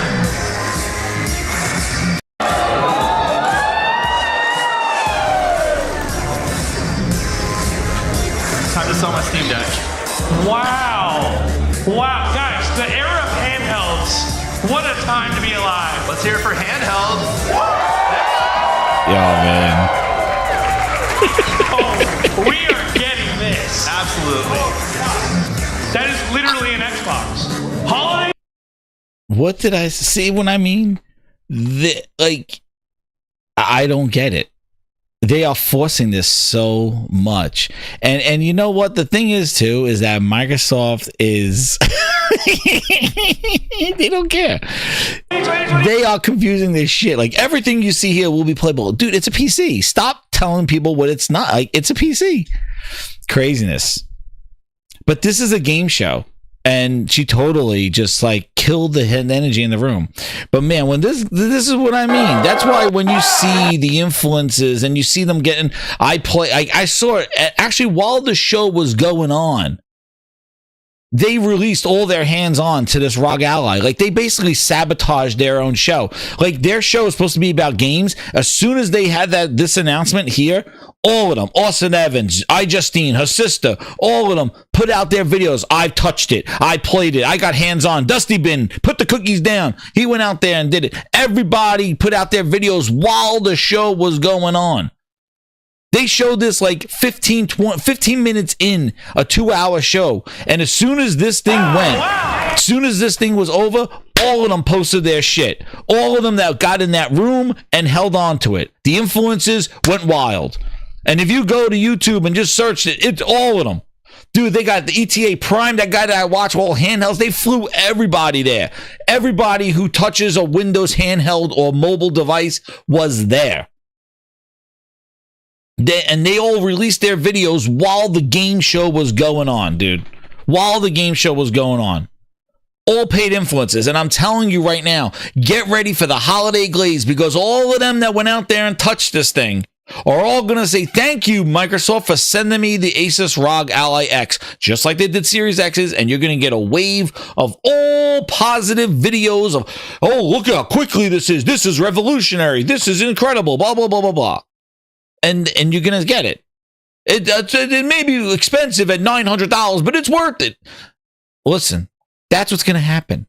They do this with everything. They did it with Project Scorpio. They did it with Series X. They did it with Series S. They do the same shit. And the first thing somebody's going to do is put SteamOS on it. And watch what happens. Microsoft blocks that shit. And I'm telling you, people are going to be pissed about that stuff. But the big problem is trying to get those Xbox magical people off of their console onto this device and losing 90% of their library. That's the problem. And Microsoft is not addressing it. They're like, stream it from your console. But the whole point is native. That's why. And we've seen these hardware. These things have been there. I'm interested to see. After all this, I'm interested to see if they can get this software to work. It is a PC. What did you say? Fans left and right got a Pro or a PC. Not this PC, though. Yeah, exactly, Nico. Like, this is a PC. So it's going to have those things. I'm interested to see. Yep, Rattle says all the retro hand. Yeah, everybody was there. All the people that I watch, because I do the retro handhelds, I do all that stuff. They were all my channels. They all had, I touched the Xbox. I played it. Yeah. But it's just very forced. And this game showcase was a platform for them to still drive this. This is an Xbox. Even Phil had it in his hand at the end of this video. Wild times, man. I don't think I've seen an Xbox controller in one of these videos. He had that handheld in the ROG, and they already partnered for the first one. But this guy right here, man, I don't know if that was their job, but man, when this guy was like right here on the right. We strive to put the player first. Who wants a game? And that's what you've seen from us. Who wants a game? Thank you for cheering and listening to the dude on the left. Who wants a game? Fabricated hype. That's why the numbers show the failure that their hardware is, because it's all smoke and mirrors. There's no genuine excitement for it. When the guy stopped talking, they just sat there and gazed at this stuff going, yeah, Sarah, okay, yeah, look. Over the years, when he stopped talking about it, more ways to play. Look, it's like a church. They're just sitting there going, okay, how many times do they need to say this? Indiana Jones, Janky Jones was everywhere. Starfield was everywhere. How many times do I need to say this? All everywhere. Call of Duty everywhere. I see what Lunchi sent me. I see, look in the DMs. He says, here, look. You know, Gamepass, reportedly now from this thing, is at 35 million subscribers, up 1 million from last reported number at the Valentine's Day Massacre. Games are everywhere. Accessible Game Pass, everything. If it's everywhere, then why is it so irrelevant? You keep saying it and repeating it and willing it into existence when it's not happening. And you constantly have to pivot. You change your mind. You put things other places. Just 4 games turns to the whole slate. Turns to you putting out PS5. Goddamn PS5 logos on third-party games. It was just 4 games last year. Look at this. Craziness. Sign my ass. By request once for the 50 Seek. He goes, can you make a new song with Booty Bond Spencer Band? It has a good ring to it. Grinded. That is a by request. I'll do it. Sign my ass. You'll get new music. Booty Bond Spencer at it again. Sign my ass. Glinza with the 2. He goes, this is an Xbox. And he has every goddamn emoji on the thing. Yeah. Keep saying it. It'll happen, right? Will it into history. And one last point. We haven't made enough points this evening, and I appreciate everybody coming through. I told you this was going to be a show of shows because I don't like being lied to and treated like a less than gamer, that they're trying to fool us. And I'm going to use whatever I got in the grindhouse to show you the reality of this stuff. And I'm not saying that I hate it. I want to see this happen. My thing is why didn't they do it sooner? They were there in 2023. They had this opportunity, but they didn't do it sooner. And now they're still trying to figure it out. And the one point of this whole message of this is an Xbox is the one thing they're not showing. How does the software make it an Xbox? What does it do to Windows that people dislike? How? They're not showing it. And they're not letting the influences they've shipped out there show it either. Sounds like in-engine. Sounds like assets in-engine. Sounds like a lot of the smoke and mirrors we're used to from them. We'll figure it out. Autistic vision of 30 frames. Sounds like a lot of the bullshit that we've been fed before. And it continues. And I think more and more people are wising up to it. And you're welcome to Grindhouse. Because we do not get glazed at this goddamn place. You know, they all do it. And again, this is maybe a roast on Microsoft's big lie. Sony does it. Nintendo does the bullshit. And we give it to them. We know the Sony FAFO. They're still going to learn too. If they go the wrong way. But Microsoft is blatantly just trying to will this into existence. And it's annoying. Because it's not true. Your library goes with you. What? That's 400 games. I got 30. What do you mean it goes with me? It doesn't. Well, you could use xCloud at $20 a month. Well, wait a second. Now, what is different? Because the way you speak, you're preaching to us. Like you know better and you've figured it out when you haven't. It's just crazy. And the one little thing that I'll leave you with is we've been through this before. I feel like we're in the Matrix, Grinders. How have we been through this before? What have we been through? Oh, Windows Surface, touch screens. Windows is going to touch. How did they make Windows work with touch too? Because they were worried about the iPad. We're going to make Windows 8 and touch and apps. Because the iPad was gaining traction. People were using iPads instead of computers.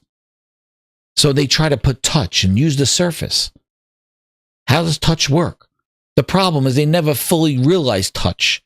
That's why they need to try to fix Windows for this. Oh, we're going to make a touch interface and Windows is going to know we're touching and we're not touching. They basically removed it. And now it just makes the buttons a little bit bigger. But Grinders. An epic show of epic proportions. And we got it all. And I thank you for all tuning in. And we got some awesome ending music for you as we watch. Not that one. Oh, man. Not that one. As we end, Grinders, hit that like button. A show of shows.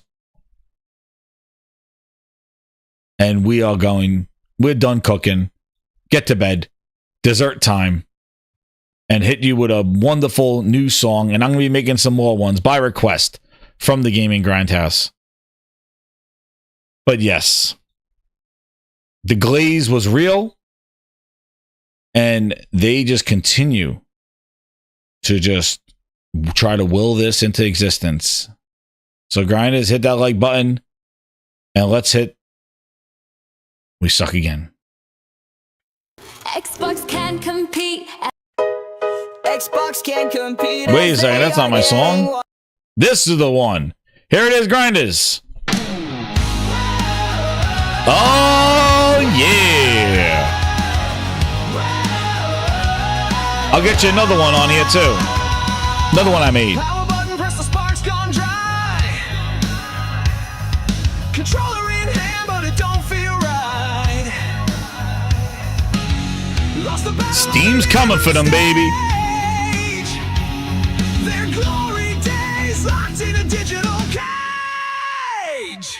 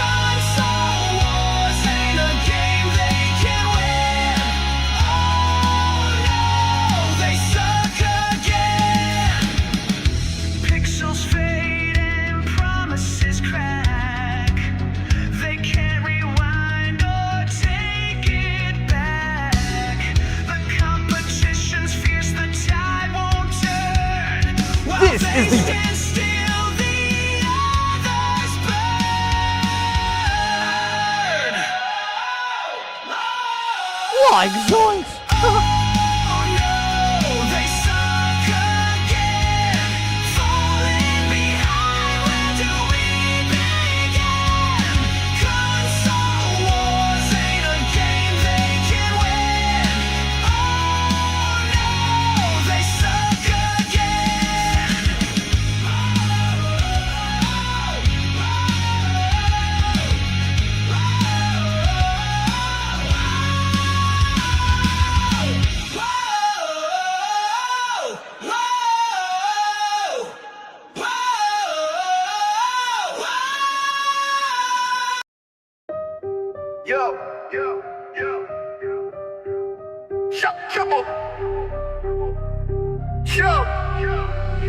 Yo, Xbox gang with a PS5 sting.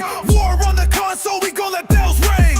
Pro enhanced, ain't no blurry screen thing. Gears popping off, let the Locust King sing. Disc in the tray, but it ain't betrayal. Chainsaw rip every game detail. PlayStation crew see the armor gleam pale. Dual sense shaking like my ops on the rail. Gears on PS, who saw it coming? Coalition drops, engine still running. Pro mode flex, graph flex stunning. Wall splattered red, Locust keep gunning. D-pad tap, switch guns to the Nasher. Wall bounce, slick stomp foes like a thrasher. PlayStation logo on the stately blaster. Xbox waves, the white flag faster. Cross console piece, Nodus wars breathing. Dom's ghost laughing while the crowd's teething. Kratos on the cover, but it's Marcus we're seeing. Blasphemy or fusion, depends who's preaching. Grind rail shining, the map's got facelifted. Detail insane, graphics uplifted. Locust scream tall, I remain unshifted. Horde waves relentless, controllers get twisted.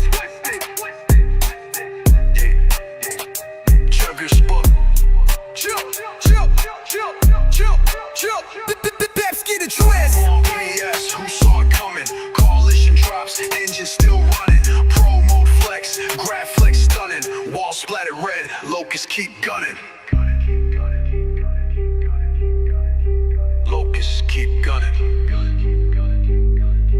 Yo, Kia.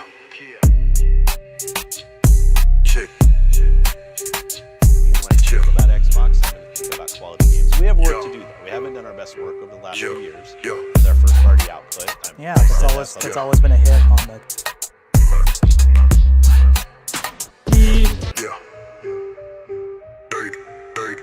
I don't play this game.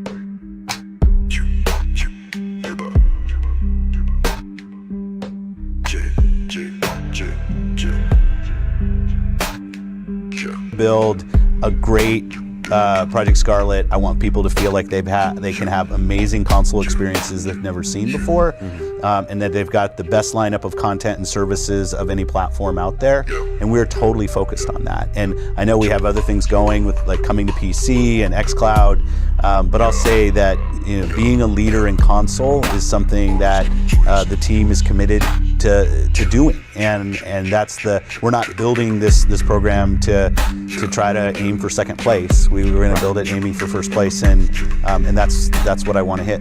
Business, and we have to look at the return on our business, the map's got face lifted. Detail insane, graphics uplifted. Locust scream tall, I remain unshifted. Horde waves relentless, controllers get twisted.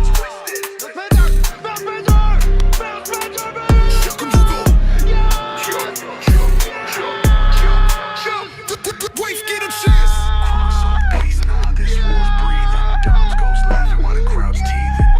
Just focused more on great games on our console, that somehow we're going to win the console race, I think doesn't really lay into the reality of get Pence who's preaching. Yo.